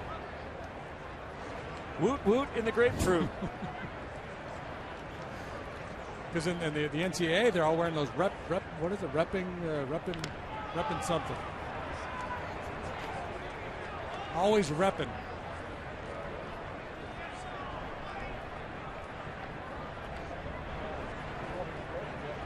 Joe's motto is now the guys wearing T-shirts, try not to suck. Yeah, that's become a pretty popular item. Rizzo high and deep to center. Hayward's going to go back and tag. Fowler will score. And Hayward in at second. Gave it a ride, and it nearly left the ballpark. 3-2 Cubs on the sac fly. A line out, a single, and now this deep drive for Rizzo here today. Towering deep drive, just shy of flying out of here, and great heads-up base running by Hayward. So he realized that ball was either going to be out of the ballpark or caught, so he went back and tagged and got himself into scoring position.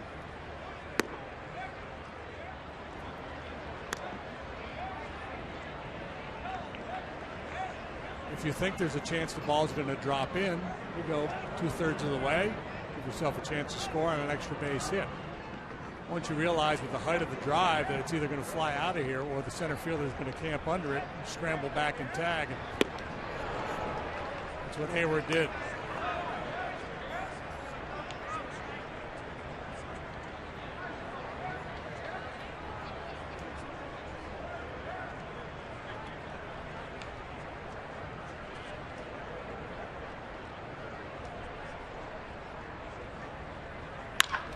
Soler clubs deep to left, and it's gone! A home run!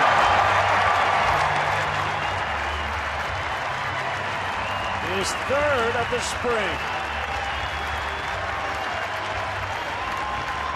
Don't sleep on Soler. His playing time diminished with the reacquisition of Dexter Fowler. This guy is a force. Wow, we talk about getting some leverage on that low ball. Incoming.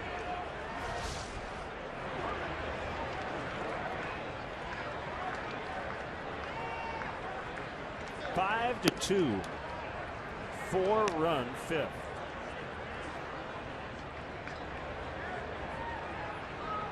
He is 4 for 29. And 3 of the hits have left the ballpark. Russell flies out to Orlando.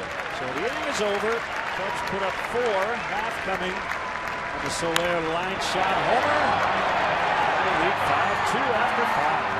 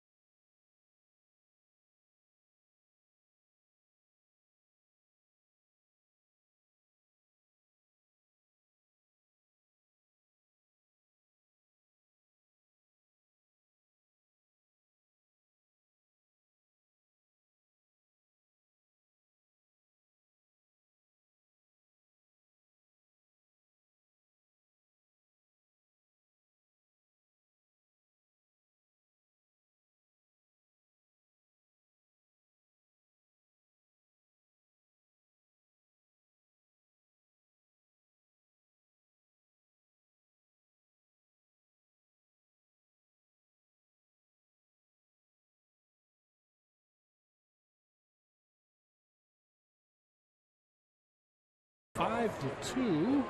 Show you bleed Cubby Blue by becoming a member of the Cubs Club, the official fan club of the Chicago Cubs. Members will enjoy game day audio and exclusive perks throughout the 2016 Cubs season. Now is the perfect time to rejoin, or give a fellow Cub fan the gift of a Cubs Club membership. Enroll today. Visit Cubs.com/club. Here's Pedro Strop. Cubs lead this one 5-2. Juan Parra is now playing left for Soler. Just got the crowd on its feet with a home run. And a strike on Orlando. Good to see Dave and Lynn Cepeda from Downers Grove, Illinois. They come to all the home games here at Sloan Park.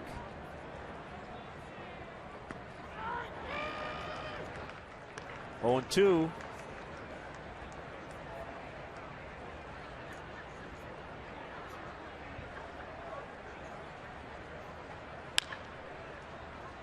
Chop to Bryant. Step aside and see what's coming up on WGN.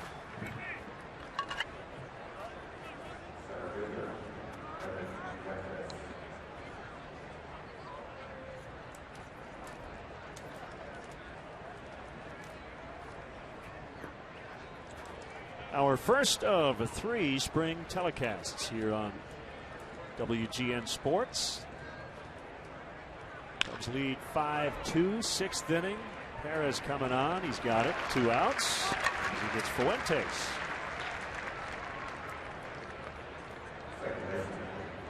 A bit of a shorter offseason, which is the way we like it. The Cubs went all the way to the NLCS.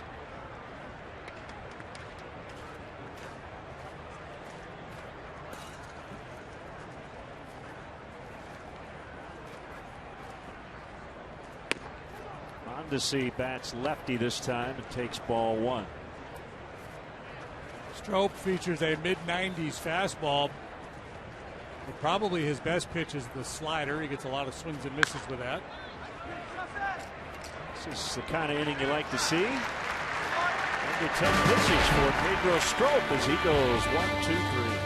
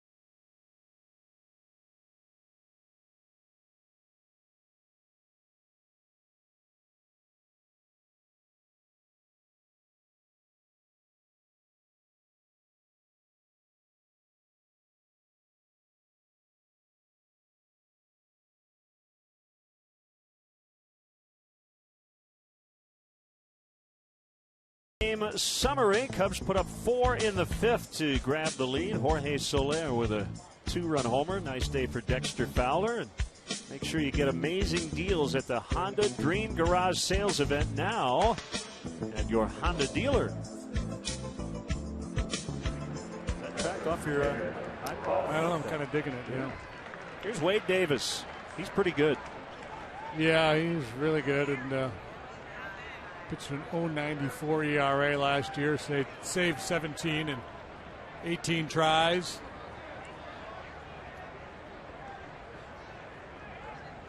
Former starter, turned setup man, turned closer.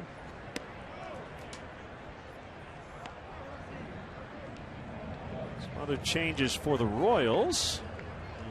Clint Barmas is now playing 3rd.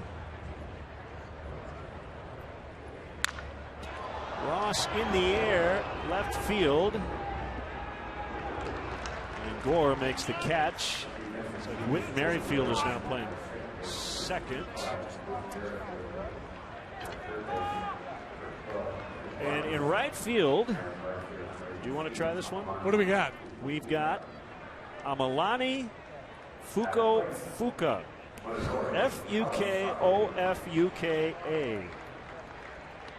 No way.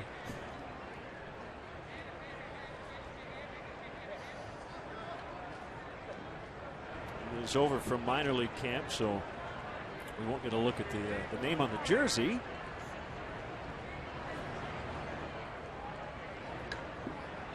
That's Al Smith, the new right fielder for the Royals.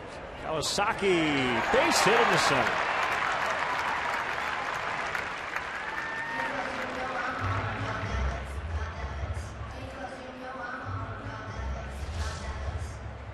Minori drifts out onto that front foot, keeps the hands back, flips it through the zone, gets himself a knock. His first today is 1 out of 3.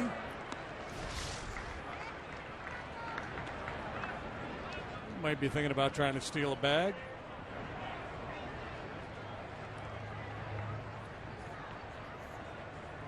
Tell you what, the Royals right fielder, he may be battling Socrates Brito for the name of the Cactus League. Runner goes, ground ball to short, little bobble. And Coleman recovers in time to get Juan Perez, 2 outs.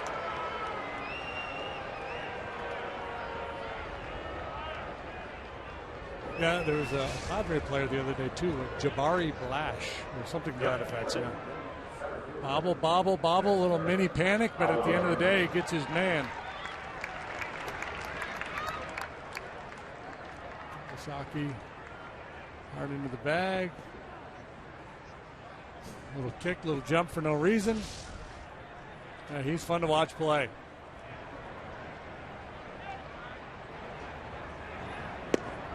Strike called on Fowler. Watching him last night over there in Goodyear. It was like a 9-2 game, whatever it was, a lopsided game late, and I was watching him out of his position at second base in the 8th inning. He's bouncing around. He was fully engaged. Every now and then he goes down to his knees pre-pitch.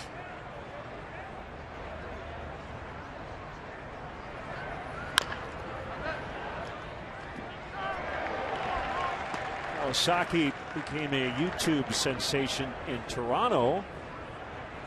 That great postseason or post-game interview. Mark DeRosa, I think, was being interviewed, right? He pulled Munenori into it. He pulled out a script, and it was pretty good. Read it in English.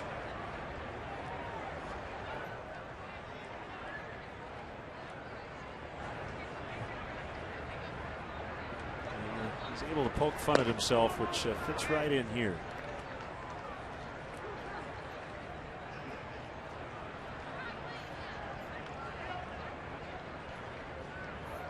Not a kid. He's been around a while. What is he, 33, 34? Yeah.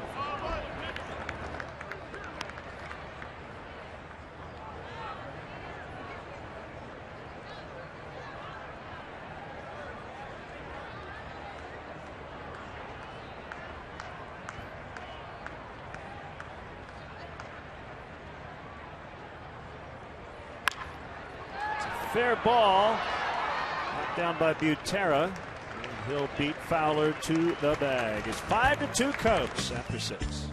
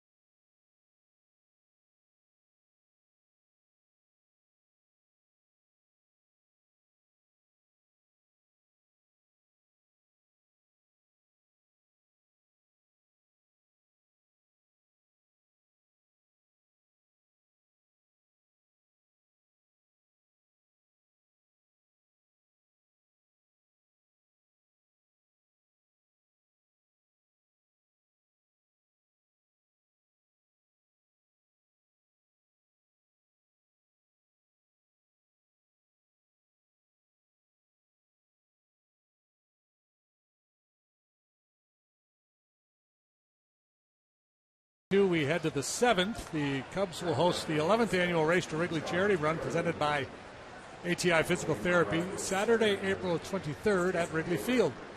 5K course runs through the streets of the Lakeview neighborhood and concludes at Wrigley. Cubs Charities will donate proceeds to support critical care needs for pediatric patients in Chicago through Advocate Children's Hospital. Sign up at racetowrigley.com. 5-2, the Cubs lead here in the 7th. Hector Rondon, the closer, is on after a couple of tough outings.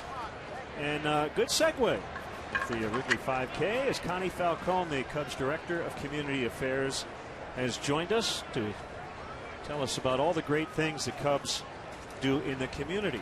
How are you, Connie? I'm doing great today, Len. How are you, JD? Good Connie, to see you. Good to see you. All is well. Yeah, 88 degrees, sun shining, sellout crowd, Sloan Park. This is life is good. Life is grand. This is fantastic. Let's hope we can bring the sunshine back to Chicago.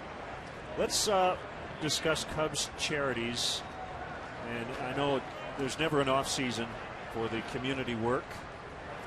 And when the season starts, Cubs charities also are very involved as well, as Ross makes the catch.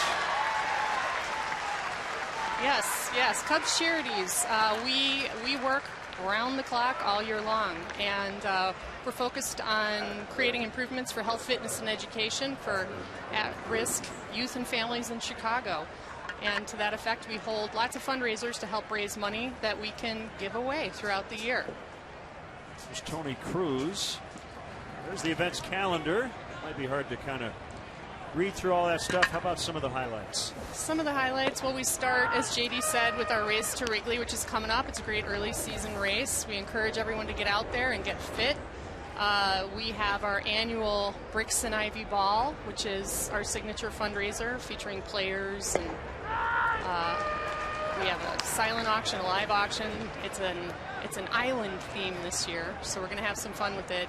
And coming up, too, we just opened our registration for our Kerry Wood and Friends Charity Home Run Derby at Wrigley Field, which is always a lot of fun. So the Bricks and Ivy is April 28th. The Kerry Wood event May 28th. It's all strike 3, 2 outs. Yes, and we would love to get as many folks engaged as possible. We have a lot of player foundation events that we help support as well. As you know, Len and JD, we have a lot of fellows that are interested in giving back to the community through their own foundations, as well as just community appearances that they make throughout the season. So we love to help them with that as well. Anthony Rizzo has his cook-off for cancer, June 2nd. Theo Epstein's Hot Still Cool Music event, June 17th at Metro. John Lester's Never Quit Goes Country, July 6th. Joe Madden's main event, July 20th.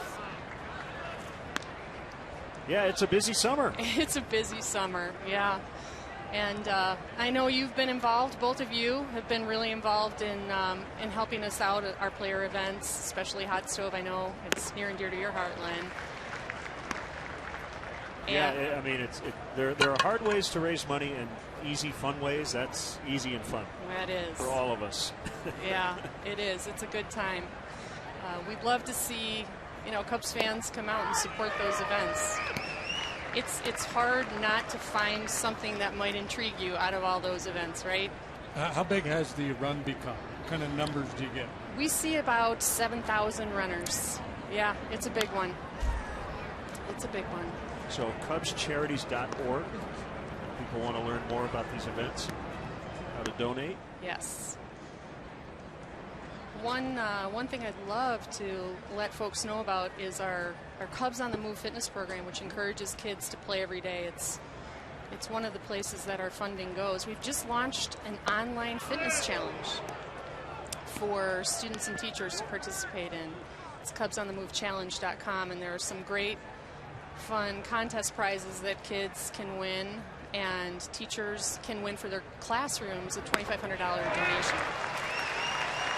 Well, that's good stuff. And Hector Rondon with a 1-2-3 7th inning. So all is good. Thanks, Connie. Thanks so much, guys. 5-2 Cubs.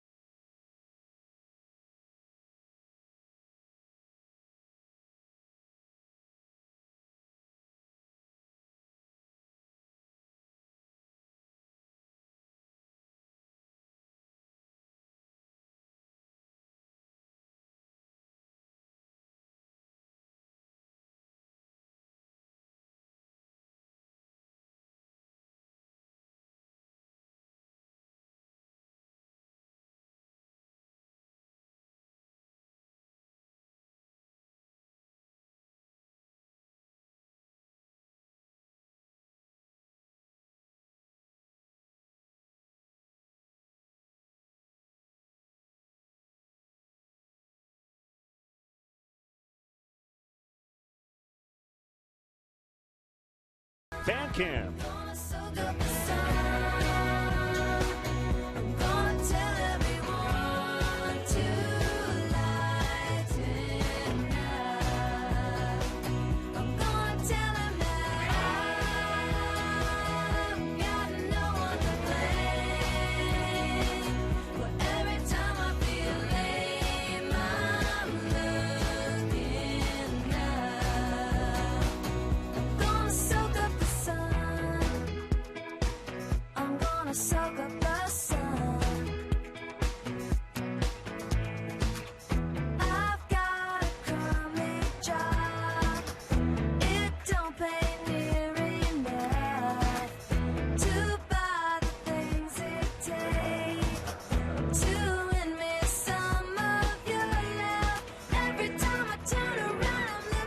Sheryl Crow, an appropriate theme for this beautiful day here in Arizona. Sloan Park in Mesa.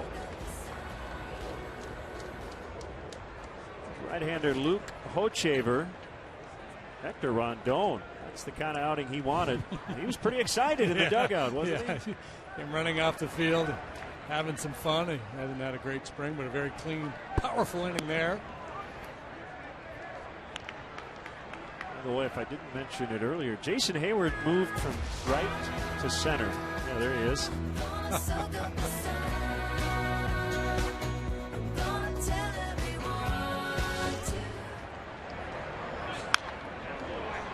Thanks to Connie Falcone for dropping by.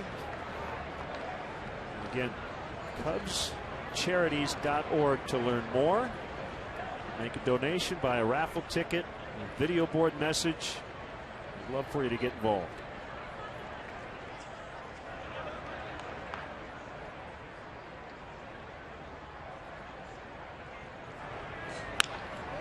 Hard, but picked up by Cody Decker, who's now playing first for Kansas City.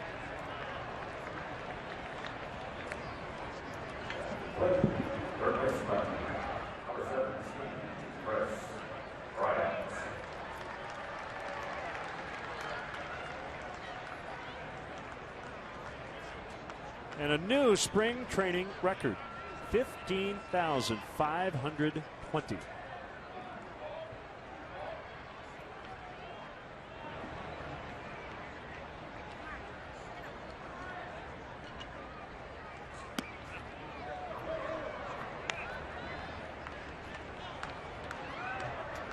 Now, I may be wrong, but I thought I heard a report on the local news here the other day that overall attendance was down in the Cactus League this year. But not if you're following the Cubs, no. not here or when they're on the road. So let's see. This is the 10th home date for the Cubs. 8 times they've been over 15,000.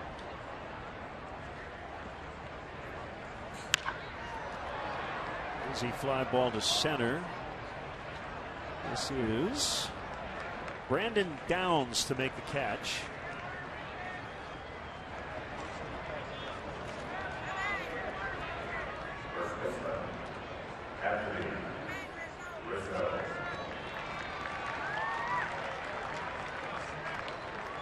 Impressive there. They arrange themselves into a pyramid for that shot. So the Tampa Bay Rays last year averaged 15,322 for the regular season. Cubs have gone over that several times here in Mesa.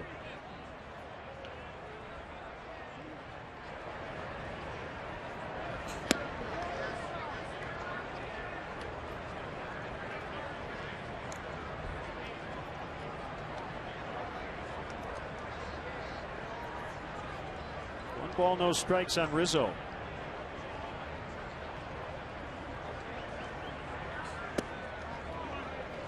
Ball misses.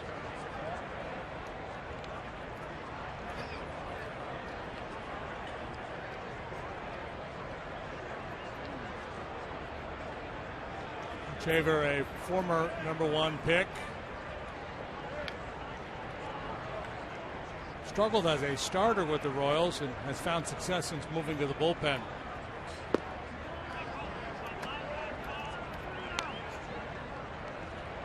Javier Baez into the game at short. He's on deck. Kevin Youkilis is in uniform, sitting in the background there with Borzello and Chris Bosio.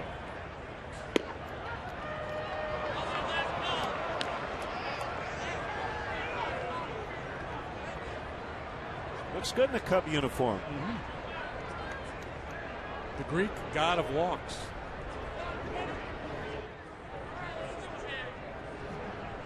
Finished with a career .382 on base percentage. Ball 4 to Rizzo.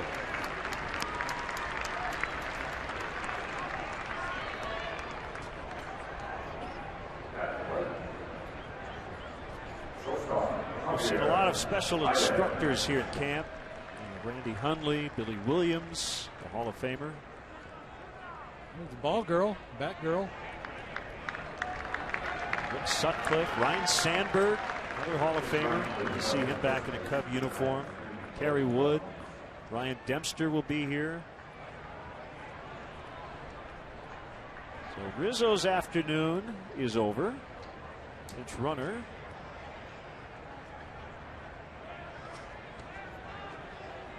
It's a Rizzo day right there. 1 out of 2, sac fly, RBI, and a walk. Logan Watkins is running for him.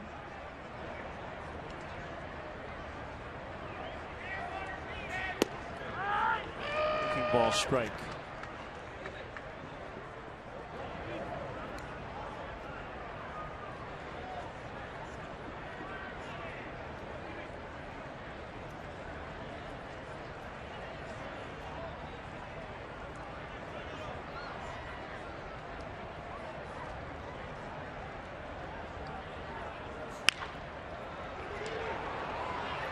Throw Barmas, and he makes the play. Shortstop playing third. Didn't look easy. 5-2 Cubs late.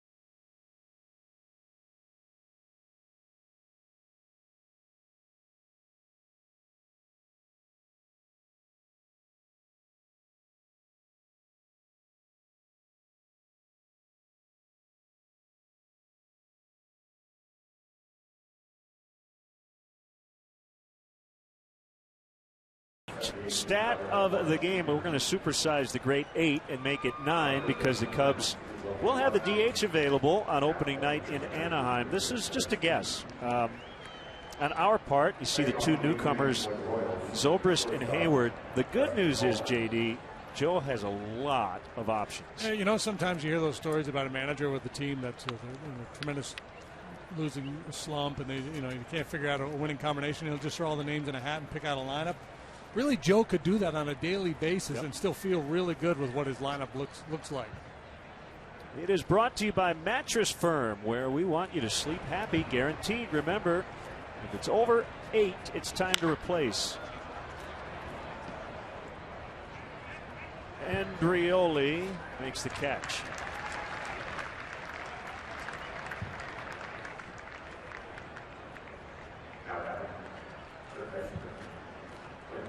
Coleman out. Here's the veteran Clint Barmas.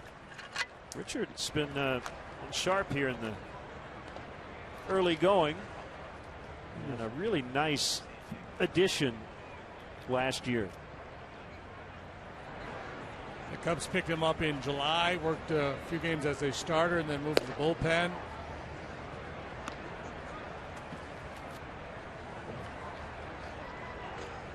Solid in the postseason. Did not allow a run in 6 relief appearances.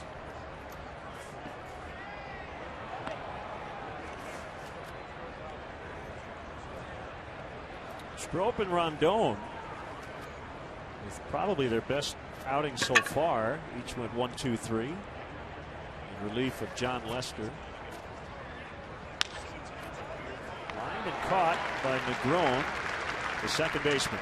We were talking earlier about what the roster might look like on opening day, whether Joe would take 12 or 13 pitchers depending on the makeup of his bullpen and whether he wanted an extra position player or not. There's a couple off days early in the season, and as you mentioned, with guys like Richard and Wood and Cahill, guys who will be stretched out, could give you multiple innings out of that bullpen. I wouldn't be surprised to see him start, with a 12-man pitching staff with an extra bench guy, and then change things up a couple weeks into the season.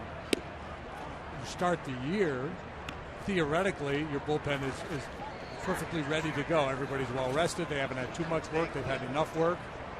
So unless you were to have a couple of real lengthy extra inning games early on, you'd probably be okay in your bullpen, and you could afford to carry the extra position player.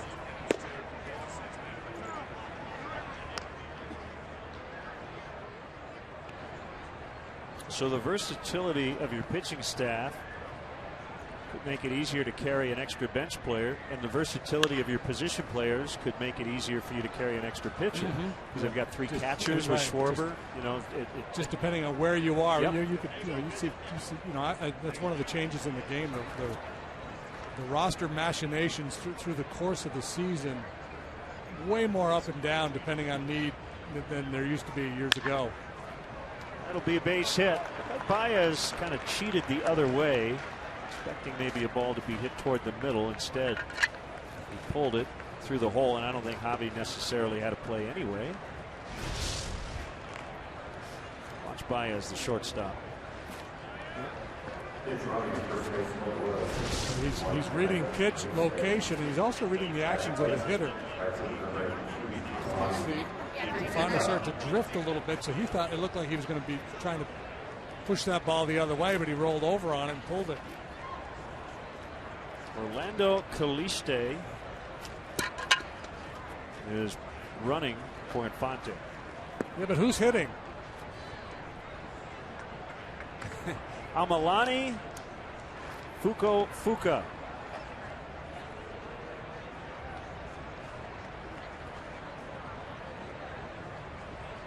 It was the #1 hit for Don Ho back in the 70s.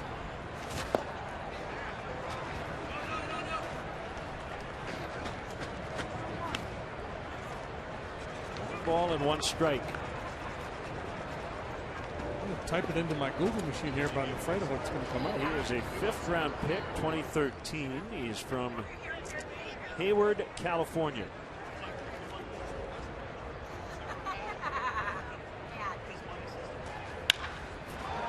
Base hit. Back-to-back 2-out singles. Got to have Hawaiian roots, though, right? A name like that. Yeah, that's a good question.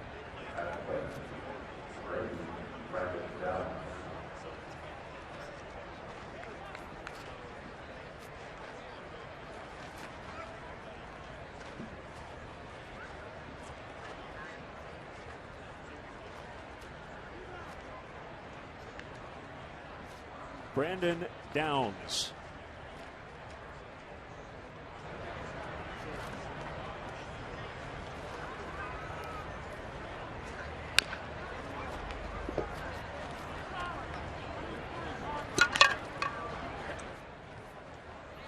Cubs grab the lead with a 4 spot in the 5th inning.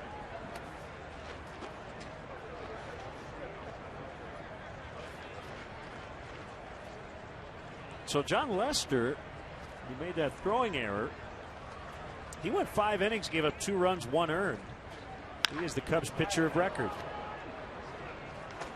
Right, and so there will be stories tomorrow about John and his struggles continuing with the errant throw to first base. And it's a story worth pursuing, obviously. But bottom line, he pitched 5 innings, allowed 2 runs, and more times than not, that's going to help you win a ball game.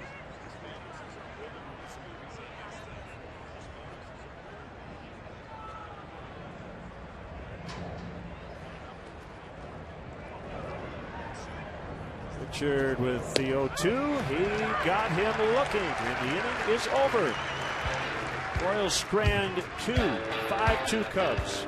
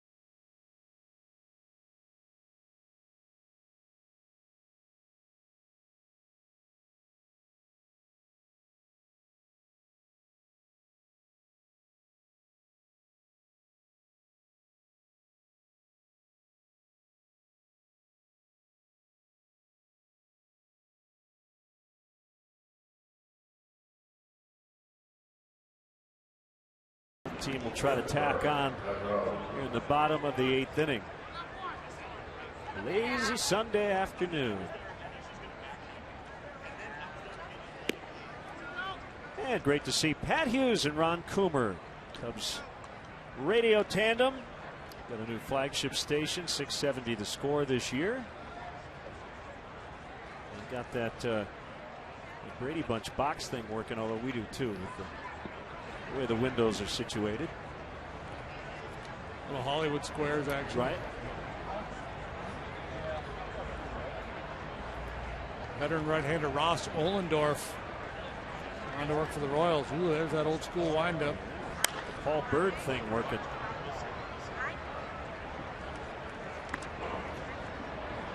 And you should break into your old-timey broadcaster.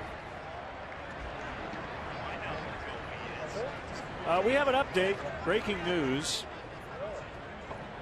3 more people apparently walked into the ballpark. So it's 15,523. Those 3 people might be the record breakers right there.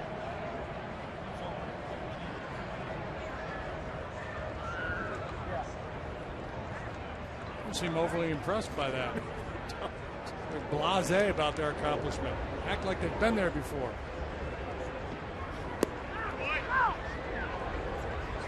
Negron held, another intriguing guy. Could play just about everywhere defensively. We saw him a fair amount with the Reds. He's had a good spring at the plate as well.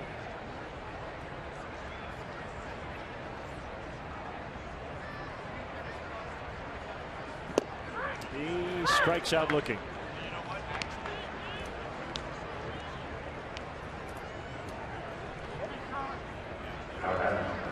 Three guys making a bid for a roster spot, and all seeing action today. And those numbers going into today. In Andreoli's case, you've had some injuries to Matt Merton, Matt Caesar, and Shane Victorino, so he's probably grabbed a little extra playing time and has taken advantage of it. He's on deck as Albert Almora takes a strike. Most Cub fans know all about Albert Almora. Terrific center fielder defensively. Still only 21 years old.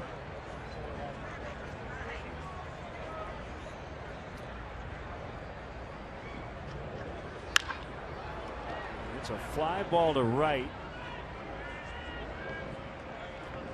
It's our guy, Fuka, to make the catch. Yeah, that's the thing. You forget about Almora. He's been on the scene for a while now, or at least on the radar of Cubs fans who are aware of the players down in the minor leagues, and they scour those prospect lists. And in some people's minds, he took a step back a little bit last year, but he's still a kid. He'd still be in college had he not signed out of high school. He's got a tremendous skill set, great understanding of the game. He's going to be a fine major leaguer, I think. Andreoli takes ball one. And the big right-hander with the crackerjack fastball and the whiplash curveball, Ross Ohlendorf. Former Princeton Tiger. There's a couple of them on this team. Chris Young is with this Royals club as well. And Ohlendorf's high school baseball coach was Keith Moreland.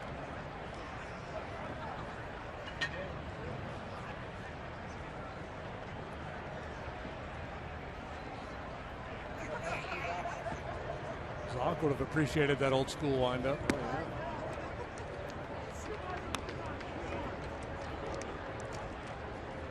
yeah. Two and one on the University of Connecticut product, John Andreoli.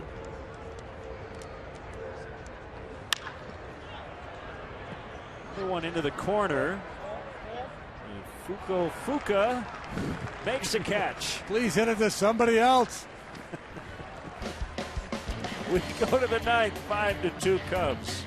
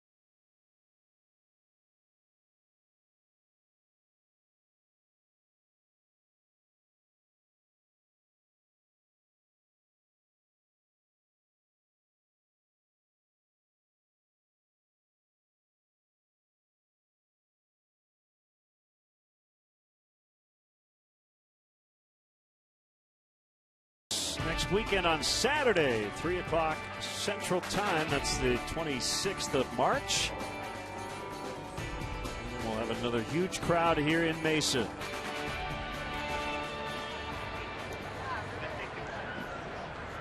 There's a good lid.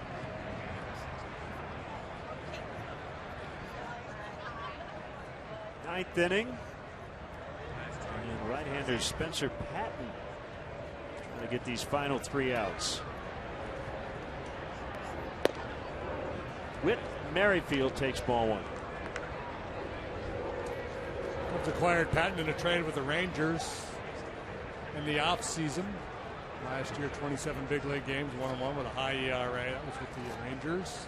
Also pitched for Texas the year before. Walked by Baez. Smooth like butter out there. Very smooth. Spencer Patton originally drafted and signed by the Royals, 24th round, June of 2011.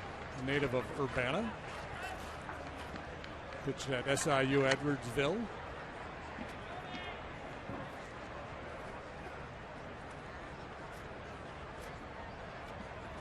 Cody Decker at first. Victor Caratini is now catching and has been catching for a bit. I just hadn't mentioned it.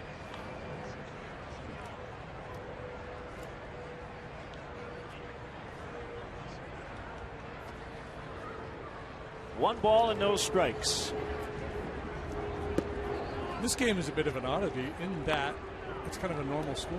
Seems like so many of the games I've seen this spring have been lopsided one way or the other.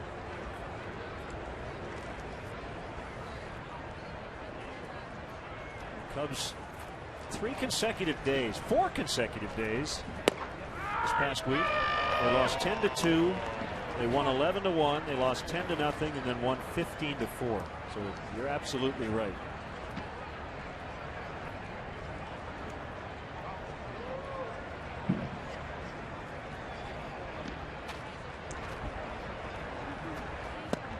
Swing and a miss.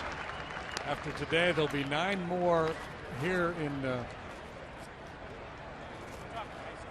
Cactus League play before moving on to those 2 games in Vegas against the Mets. Yeah, you could leave like your luggage here. Just carry on to go to Vegas and Anaheim and then come right back to Arizona. Don't think I won't. You have given me an idea. Although, what am I going to do when I'm there? If I'm leaving all my stuff here, I'm going to wear the same outfit every day. You know you're going to carry a small, just enough to get you through those 4 or 5 days.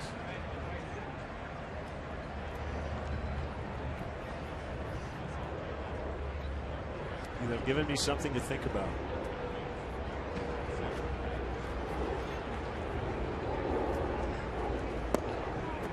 Walked him.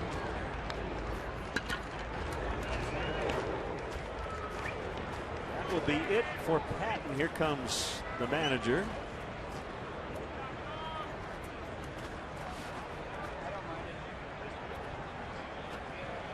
Joe will make a change here in the 9th. 1 out and a man on. Cubs leading 5-2.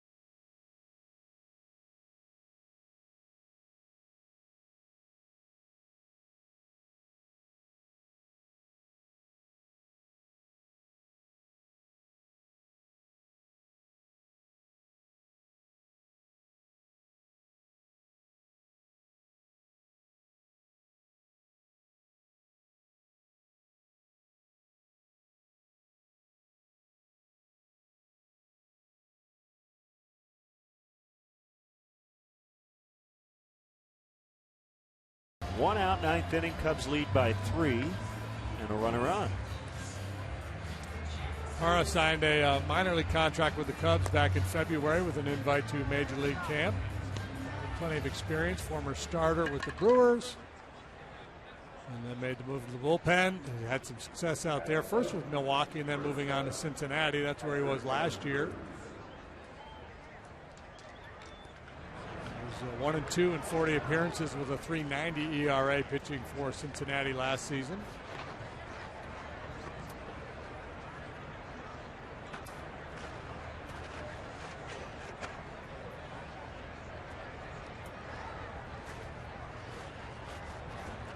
Tony Cruz, who's 2 out of 3.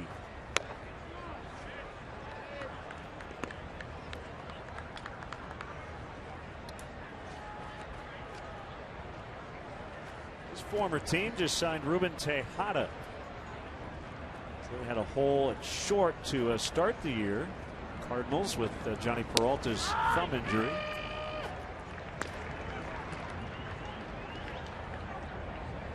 And Peralta could be on the shelf until June.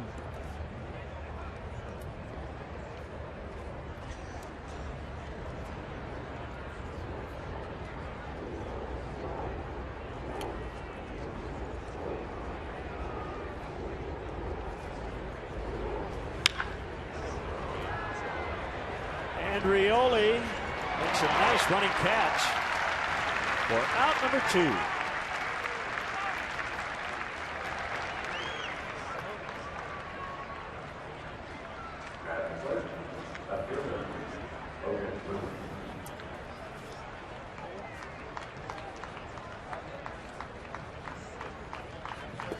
So it's Logan Moon. 2 outs here in the ninth.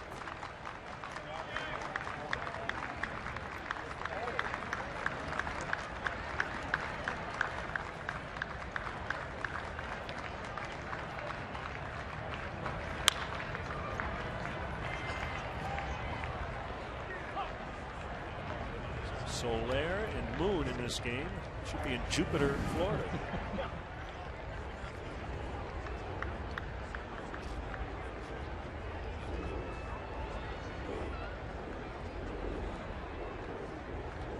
Strike on him.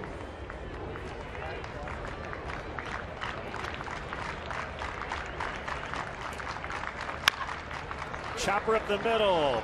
Baez can't get a handle on it. He got it with the glove, but it was the exchange to the throwing hand that was the problem. And that would have been a very difficult play. Yeah, I don't think he would have had a play. Slick glove work, though. Good range. Saw him make a couple of really nice plays in center field in the ball game last night.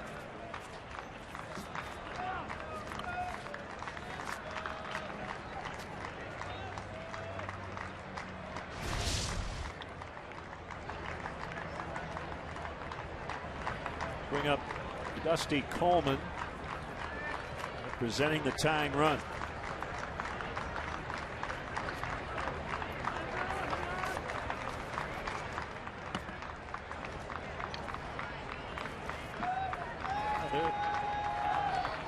Questions about young guys being part-time players and how it affects their development and success at this level. Guys like Baez and Soler. I do think, JD, that Baez moving around, giving him that extra challenge of other defensive positions will be a good thing for a guy who's not expected to play every day. Yeah, and it'll give Joe Madden an opportunity to find ways to get him in the lineup, hopefully enough where he can be productive as a hitter, all the while having a valuable backup in case somebody goes down and you need him to play every day. So you're going to have a plus defender you can bring off the bench late, a dangerous pinch hitter who could take you out of the ballpark.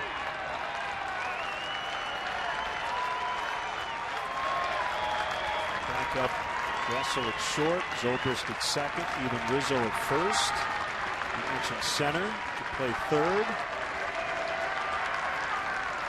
2 strikes on Coleman.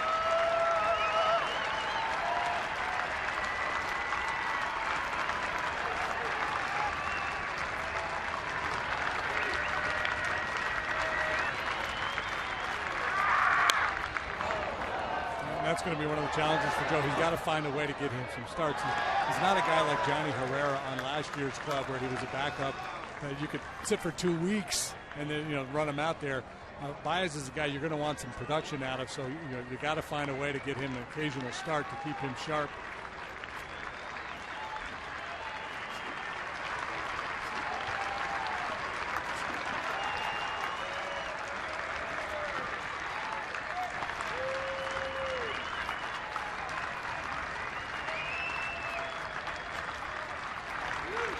Swing and a miss.